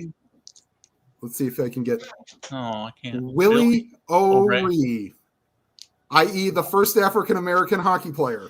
Oh, really? Yep. He was sitting at a table with Manny Malhotra in a post-game autograph session, and he was signing. Wow. Wow. That's So, cool. yeah, sadly, half the names are freaking faded on this thing, except for his. The ones that are in like blue ink are faded. I actually have a protector over this, but his and Manny's are the only two names that have actually made it. We played back in the day when it was a guy that was a black guy played too. Man, you talking about catching hell? Oh my Lord, he did. He caught so much hell, verbal abuse mainly, verbal abuse, but some of the shit that they said to him, I mean, it was just terrible. He caught a lot of hell. Good dude too. You know, that picture was probably taken back when that, you know, if you ever saw the movie 42 with a Phillies manager that they had Shab Park, Chapman or something like that. They played up really, really hard on Jackie. Yeah, Shab Park or whatever they called it up there in Philly. Shibe Field. Shibe, S-H-I-B-E. Yep. Yeah. They played up in North Philly. That place is long. It's been torn down a long time. I've driven by it. So Did the Athletics and Phillies play in the same park? yeah, No? yes, They did. yep, they did. They played at Shab Park, and then Because after the A's left, then that's when they moved out of Shab. then where the Brooklyn Dodgers used to play was kind of a small park too, wasn't it? Ebbets Field. Ebbets Field, yeah. Yeah, Well, a lot of them parks were like 295 down the line, Yeah. and then like huge power alleys. So, Shab Field was what, 400? None bigger than the Polo Grounds as far as the power alleys. You could probably get a lot of trouble there. Shab Field was pretty big, though. I think. I thought it was. Let me look up. Might have been. I want to say probably deeper to one side than the other. left center. I want to say it was 418 or something. I don't know. hold on. Shab Hey, Field, Larry, how are you, sir? So it was Shab Field dimensions.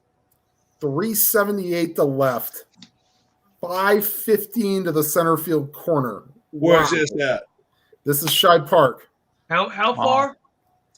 515. I knew it was big, boys. The only home run you're going to get there is an inside the park home run. Right. It says right here, it was later dimensionized to a square. It was a square ball field where they actually had a point in center field, and that was at 468 to the square point in center field. 468, 331 down the left right field, and 334 down left field line, and it just went straight out.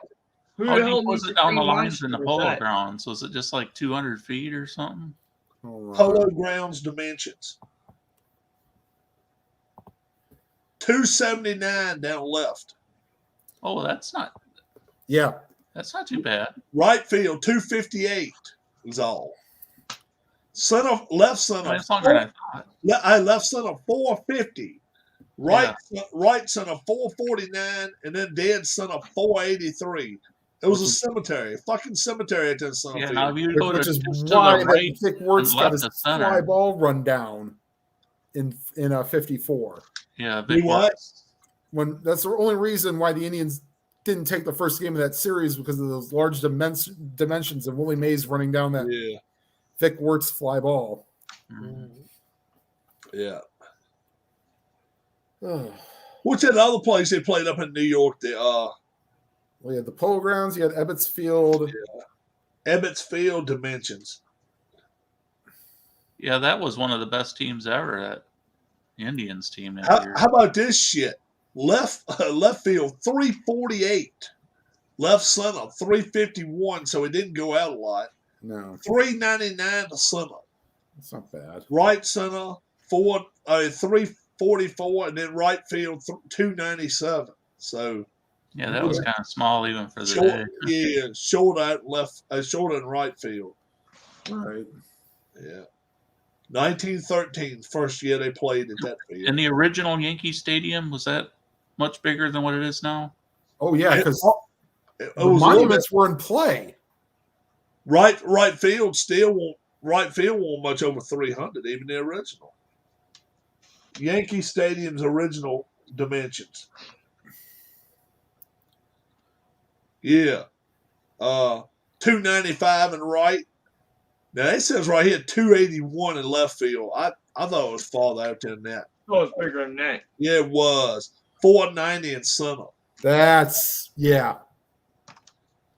you had the The monuments out there. Yeah. because the monuments were in play.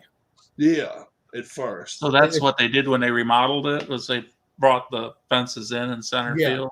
Okay. Well, they built it on a whole different property. They built it on a different property, and then they tore the Yankee Stadium down. Well, for the newest one. The newest one, they put on a different property. But when they first remodeled it, back Right. When they first when the remodeled, Yankees were playing at Shea Stadium, right? Or I remember before them. Didn't they did do that for like 2001 or something for some strange reason? Did they have like a issue, like a structural issue? Because they accidentally raised the apple when the Yankees hit a home run. Well, in the 70s, though, they were playing at Shea a couple seasons. It was like the late 90s or 2000s, the Yankees played at Shea Stadium. Did the It wasn't Yankees just ever everybody play their playing. home games at Shea Stadium?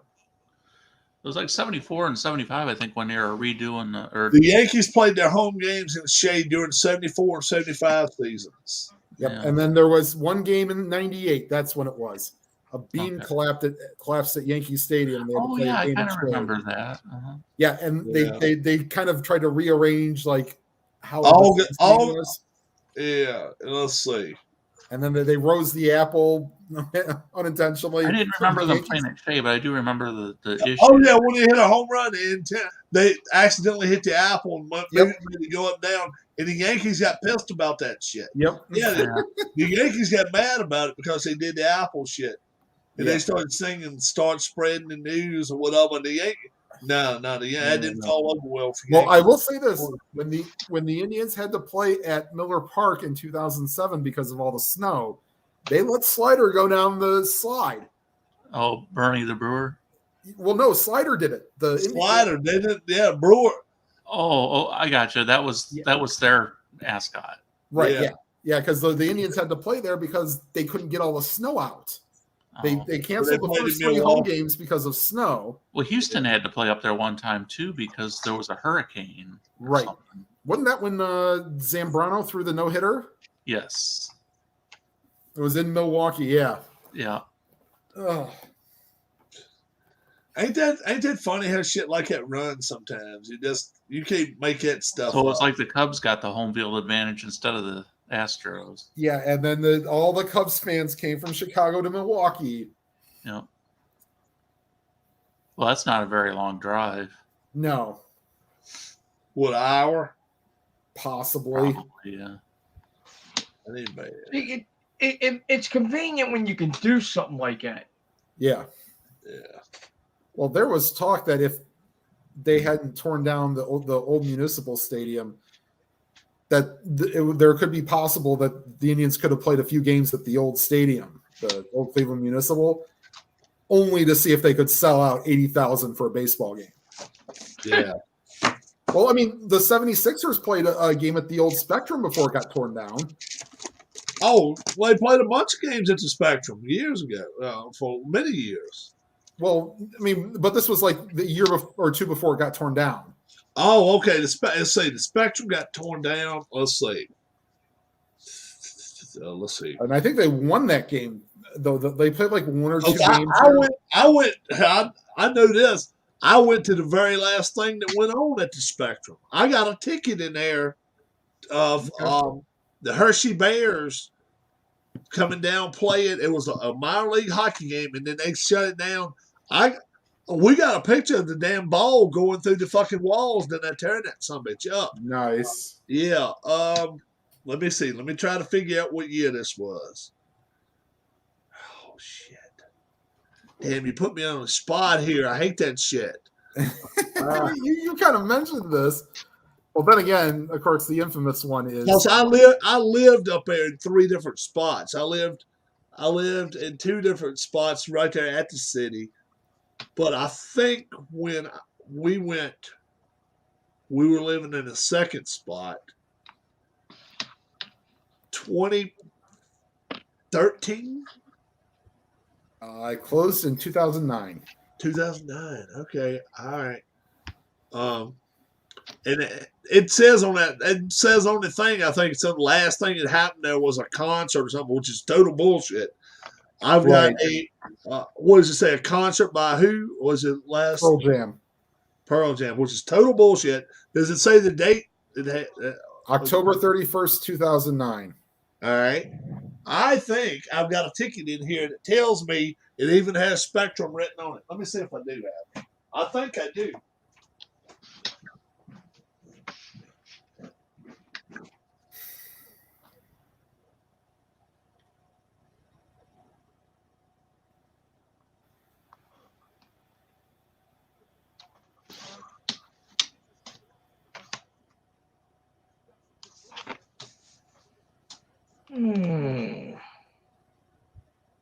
The things we hold on to. Yep. I'm trying to see played one regular season. Yep, March 13th, 2009. The Sixers played a final game at the Spectrum. I still have the got a couple Oriole game tickets. One is the game that Cal sat out. The first game okay. the streak ended. Then I've got tickets for 2130 and 2131. Gotcha. So let's see. I don't think this will come up so well. Okay. So this is the Calder Cup final where the Lake Erie Monsters, Blue Jackets affiliate, beat the Hershey Bears in a game where the Monsters won with 1 second to go in overtime. Wow. 1-0. Easily probably the best hockey game I've ever been to. I love overtime hockey playoffs. Oh, dude, my heart was about to beat on my chest if they were to go to the second overtime. I was like, "There's no way I'm sticking around. I could stick around for another 16 minutes of break." And I don't know how like people do like the multiple overtimes. It's just too much. Imagine that NHL game it went 4. Oh, could you imagine if there were actually fans for the Tampa Bay Columbus game that went 5 overtimes? Oh, I know. The scoreboard operator was, I've told you about this, was hilarious. In the 4th overtime, and we're now in the 7th period stretch. I was like, yep. And then they had, yes, we are still playing. But I barely remember staying up for the there was Ducks and Stars in 2003 that went 5 overtimes. Like, and especially if it's a late game. Early games, okay, you can kind of it won't go too late, but you get one of these West Coast games or even the Central games that go that long. Like I remember it was Dallas and San Jose. Right. Oh wow, that was a great goaltending battle. That was Jimmy Rollins' world champion replica ring night. I've shown that to you before. Yeah. And they didn't retire his number that night though. I don't think. No, they just. But I think it was just 10th anniversary of the That was what 20? This was 2015, 2016, something. So Okay. it's been a few years. We got it. And then cool. We both got the rings. You can find them. You can go on. It's a Jimmy Rollins 2008 ring, World Championship ring. Go on YouTube. I mean eBay. People selling those bastards $50 a piece. Mm-hmm. Yep. People buy That's them. all right. No thanks. I got a whole bunch of bobbleheads collecting dust. CC Sabathia holding the Cy Young Award. Shin-Soo Choo looking like Jake Taylor with the white suit. Rob, you talk about those championship rings. Yeah. Man, I'll tell you what. I used to make a fortune off them things. Really? I would get them either from China for about $8 a piece. Uh-huh. A guy in New York, I would get them for about $15 a piece. Now I was ordering anywhere from 50 to 200 at a clip. All right. I was selling them for $75 to $85 a piece locally and at a flea market, and I was selling out every week. That's rocking right there. That was the couple years that the Ravens won the Super Bowl. Yeah. And then I said, you know what? If I can make this work, then I ended up getting all the Super Bowls from a guy from China. Oh, okay. And I dropped the price to $60 a piece, or 2 for $100. Man, I'll tell you what. The first weekend I was at the flea market, I walked out of there with almost $8,000 clear. That's rocking. All right, guys. Looks like the Edmonton-Pittsburgh game is going to start, so I'm going to head out and watch that. All right. I think I'm going to go watch it too. All right. Yeah, Y'all have a great evening. Yeah. 3 hours tonight. We talked about very little sports, but hey, that's a good thing because we come in here and talk about, we'll shoot shit about anything else or anything and everything. So thanks a lot, guys. Yeah, Keith was only staying about an hour. I did. I wasn't really.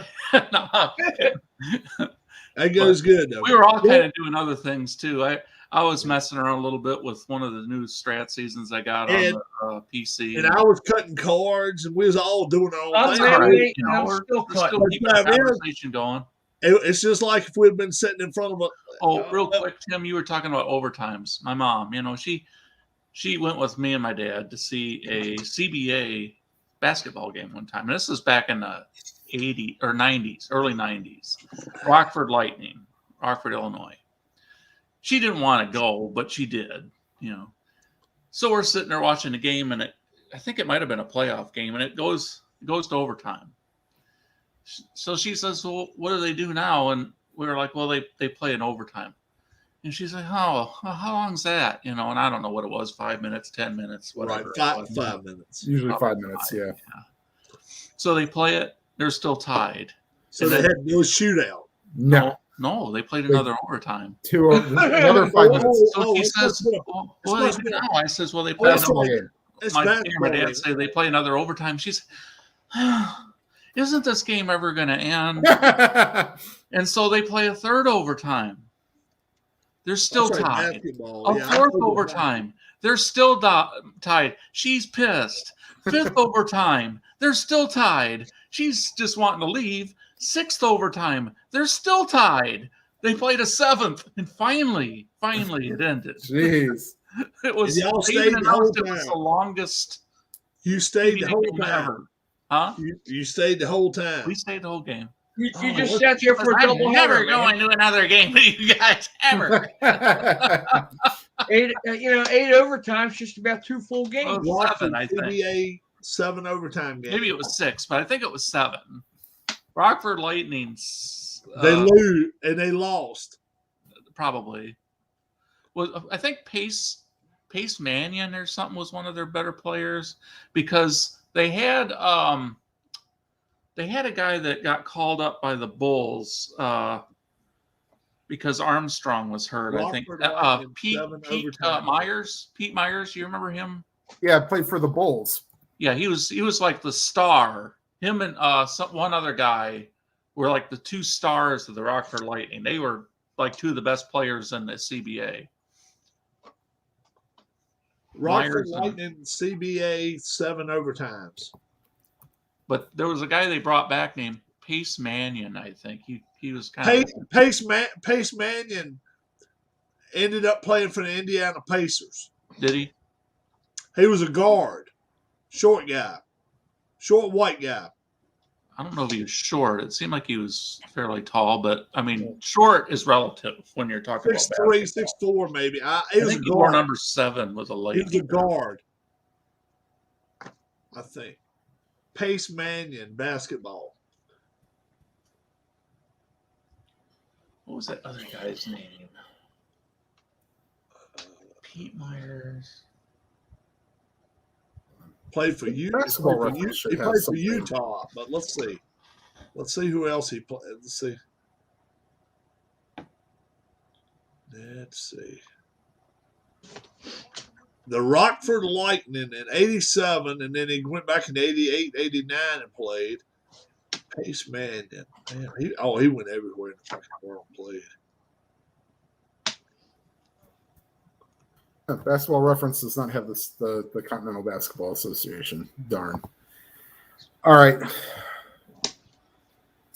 It doesn't really matter. I mean, it's just They were originally the Lancaster Lightning, and before that, the Lancaster Red Roses from Pennsylvania.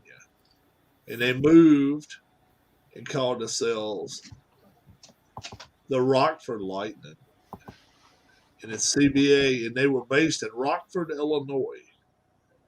They folded in 06. Let's see. They were there that Sadly, long. I don't think there's going to be many Red Wings win guess for my card tomorrow from Ken. Remember, Ken, you can only gamble what you can afford to lose. Yeah. Yeah, man. Oklahoma demolished Florida in basketball, Keith.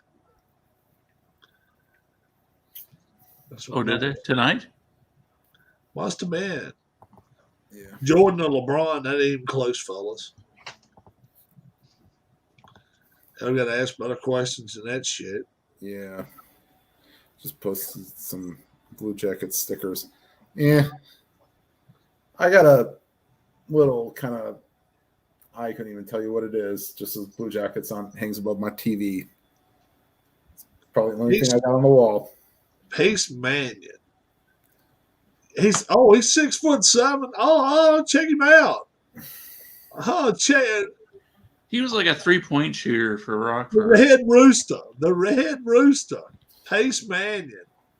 Oh God, I'd be happy that Wow. WWE doesn't call about that. You Yeah, can't really. steal our gimmicks. Check Because they him had the out. Red Rooster. Terry, Terry what's his Taylor name? Terry Taylor, yeah. was the Yeah. Red Rooster. Yep. Check that dude out there. Doop, doop, doop, doop, doop, doop, doop, doop. Shit. All right, I'm gonna call it a night here. That's Okay. a Hi, wrap. brother. Take care, guys. Later, Tim. Have a Tim. good one, Tim. Keith. Yeah. I don't really remember what he. That's Pace Mannion right there, boy. Yeah, he was like the star of the team when he was a couple times there. I mean, just Pace Mannion. Pete Myers. I'm trying to remember the name of that other guy that was really good with him at the time. Would have played on that team. Yeah, but they both got called up by the NBA somewhere. But Pete Myers, I mean, he was just a role player for the Bulls, but he was like a star Ken player. Bannister. Ken Bannister. No, that wasn't it. I'd know it if I saw it. Marshall Phillips. No, Jermaine Tate. no, Brian Lubeck. no. I'm trying to find it. Courtney, let's see.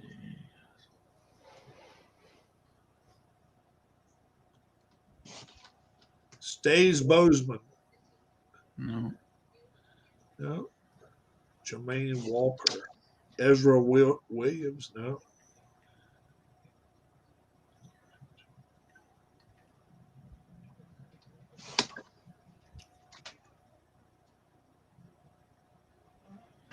Here, I'm going to try to pull up a all-time.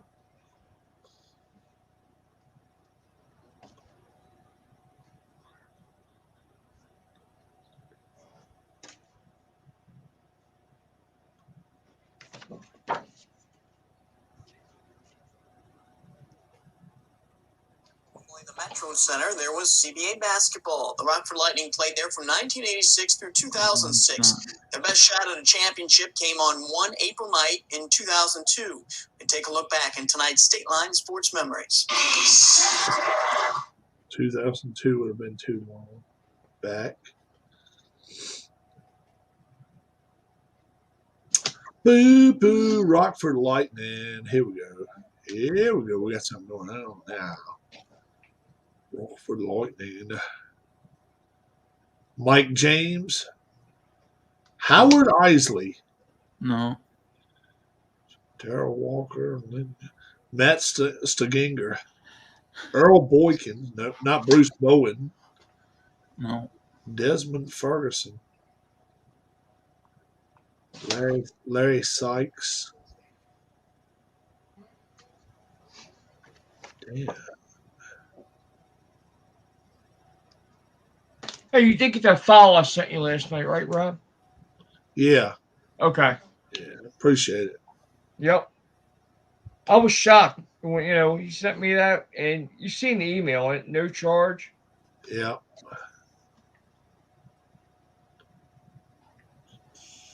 I guess when you ask enough questions, some people, just send. What years was he with? LeBron, more talented basketball player. Jordan, better NBA player. LeBron was not. LeBron can run over people. I disagree. What do you say, Harris? Agree with that? LeBron, more talented basketball player. No. Jordan, no. Jordan. LeBron is not near as talented. Jordan's footwork. LeBron's probably, LeBron's probably better than Jordan was the third time he came back. Yeah. LeBron can run over people better than Jordan could.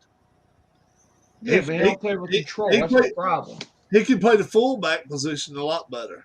Yeah. All you get is hand him the ball and run through people. He's always out of control. Dunk it, 2 points, and then they call a foul for blocking him. And he leaves teeth behind. He's a big dude, man. Yeah, and he's. I think Kobe was better than LeBron. Oh yeah. Hell yeah. 81 points. Shit. How long is LeBron out for now? At least 4 or 5 games? He's out for a couple of games, yeah. Yeah, I liked Kobe. I liked Kobe. I hated hearing about what happened to him. Right, so I was in Wawa. Had he retired when he had that crash? Oh yeah, he was retired for a couple of years. I thought he had. He was with his daughter going to some kind of volleyball tournament. No, he was going to coach his daughter's basketball team. All right. And he had a couple players with him. Yeah. And parents. Yeah, because his daughter died with him. Yeah. Correct. His daughter, 2 of her teammates. He's still got another living daughter. Yeah. 2 more, I think. Yeah, I know he's got one. It's either 2 daughters or a daughter and a son. Something like that, yeah. Now, I know his daughter and the other 2 girls that were killed were all drafted by the WNBA.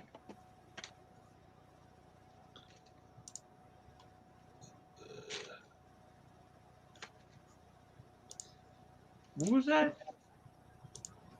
What'd you highlight? I'll put it up there. Freddie Cofield. That was the other guy's name. Freddie Cofield. Yeah. I posted it up by mistake under my name, Harris. I was trying to. Yeah, Myers and Cofield. Those are the two Like stars of that team. Freddie Cofield. According to Wikipedia, Frederick Cofield is a retired American basketball player. He was a 6 feet 3 inches and 190 pounds guard. Out of Eastern Michigan. Yeah. Yeah,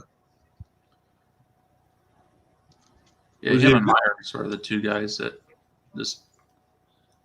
Freddie Cofield, Lowe's Home Improvement Associate. I mean, they with those two, the Rockford Lightning were like the best team in the conference. That's why That's where he works at now. Freddie Cofield, Lowe's Home Improvement Sales Associate. Oh wow, Oklahoma City, Oklahoma. Yeah. Wow. Hey Rob, people have put stuff like that up there. Is there any way you can find out who they are? A lot of times you can see photos and shit. A lot of times you can. I can find out most anything about. I can find out about Harris if I want to. I can find out Harris's middle name if I want to know. If I want to know Keith's middle name, I can find it out. I'm talking about these idiots that put things up here like this that they post in the chat. Oh, what if they post stuff up in chat? Can I do what? Can I? Can you find out who it is? Why you want to egg their house? If I want to ban them, if I ban them, their IP gets blocked and they can come. Let's just say, for instance, Keith got pissed at us one day, and Keith said, "Fuck it." Keith said, "Fuck it, I ain't going in under Keith. I'm gonna go in as Avon Lane or something like that." And I block Avon Lane from coming in here. Keith White can't come back in here either. So his IP is dropped. I can go to their IP and block them for good. Hell yeah. I can go right straight to YouTube and I can say, look, I want to block that person for good. Okay. So yeah. So I can. Oh yeah, numbers. You don't think I can? I know I can do it, bro. With this, I can with three things. All you got to do, it's easier than you think now. Because all I got to do is contact the YouTube, and all they got to do is go back to. You got to tell them what time in your program you're at. Find out where they put it, and they will block their IP. They'll block their IP from coming back. They can block them from coming back on YouTube. I know that shit. Yep. That individual's been doing this for. Yeah, I ain't contacted them yet, numbers. But if I did, I can do it. I just logged into YouTube. Yeah. And I opened it to where I could see it, and I filed a report on it. Oh, you did? Yes, sir. Okay, well, that's cool. Let's see what ends up happening. That's cool. And if they don't do nothing for you, all I got to do is contact them and tell them I want them banned from my channel. And if they got 5 different names, their IP will be banned. They can do it because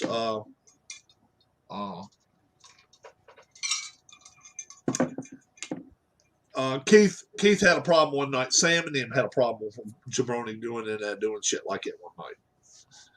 And they actually the play.com guys. Yeah, they got what's his name to do it to help them out. The guy from Boston. Steve Tower. Steve Tower. He got yeah. Well, usually. Well, I got numbers. I got everybody modded up. Harris, Keith, all of them's modded. Yeah, it's just we don't open YouTube much anymore because we're on here. But I open YouTube, and I can do it myself. I can do it myself. The other guy just now, 5 minutes. I put him in. All I did is put him in ice for 5 minutes. Is all I did. Right, and I send the report. Yeah. So he goes from ice to grease if he keeps it going, huh? Yeah. That's what happens. You see, I can set them banned for 5 minutes right here. Then, while they are banned for that 5 minutes, contact YouTube and say, "Look, do you see this name right here?" They can find out who the hell's name it is. They can give me a name. Oh yeah, they can give me a name of whoever owns that computer. Yeah, but see, usually people screw up, Yeah, and we'll figure out who it is. yeah. Cause then if we find out who it is, all we got to do every time we see them from then on. So it's Oh yeah, no, well all we gotta do is block them. Yep, that's all. And the third is, all you got to do is, and the third is, if you warn them a couple times, a lot of times they'll quit because they don't want to get banned for good. Right. 10:36. I'm going to watch hockey. Harris is going to go, I'm going to watch hockey and Keith is going to go. round these cards up. I'm going to spend a little bit of time, probably about a half an hour, 45 minutes with my cat, so she doesn't keep trying to wake me up and Then go to bed. Then go to bed. Yep. Think I'm gonna get me a peanut butter sandwich. I got my drink right here, and I think I'm gonna go in there and watch some hockey. Y'all have a great night. For Harris, for Keith, my name's Rob. We wish you all a great evening, and who knows? Yeah. Roll the dice. We might be here tomorrow night as well. We can't make you no promises. Keep spending time with us. We enjoy it. Cowboys. Yeah, we do enjoy it. Have a good one, guys. Bye-bye. Very good night.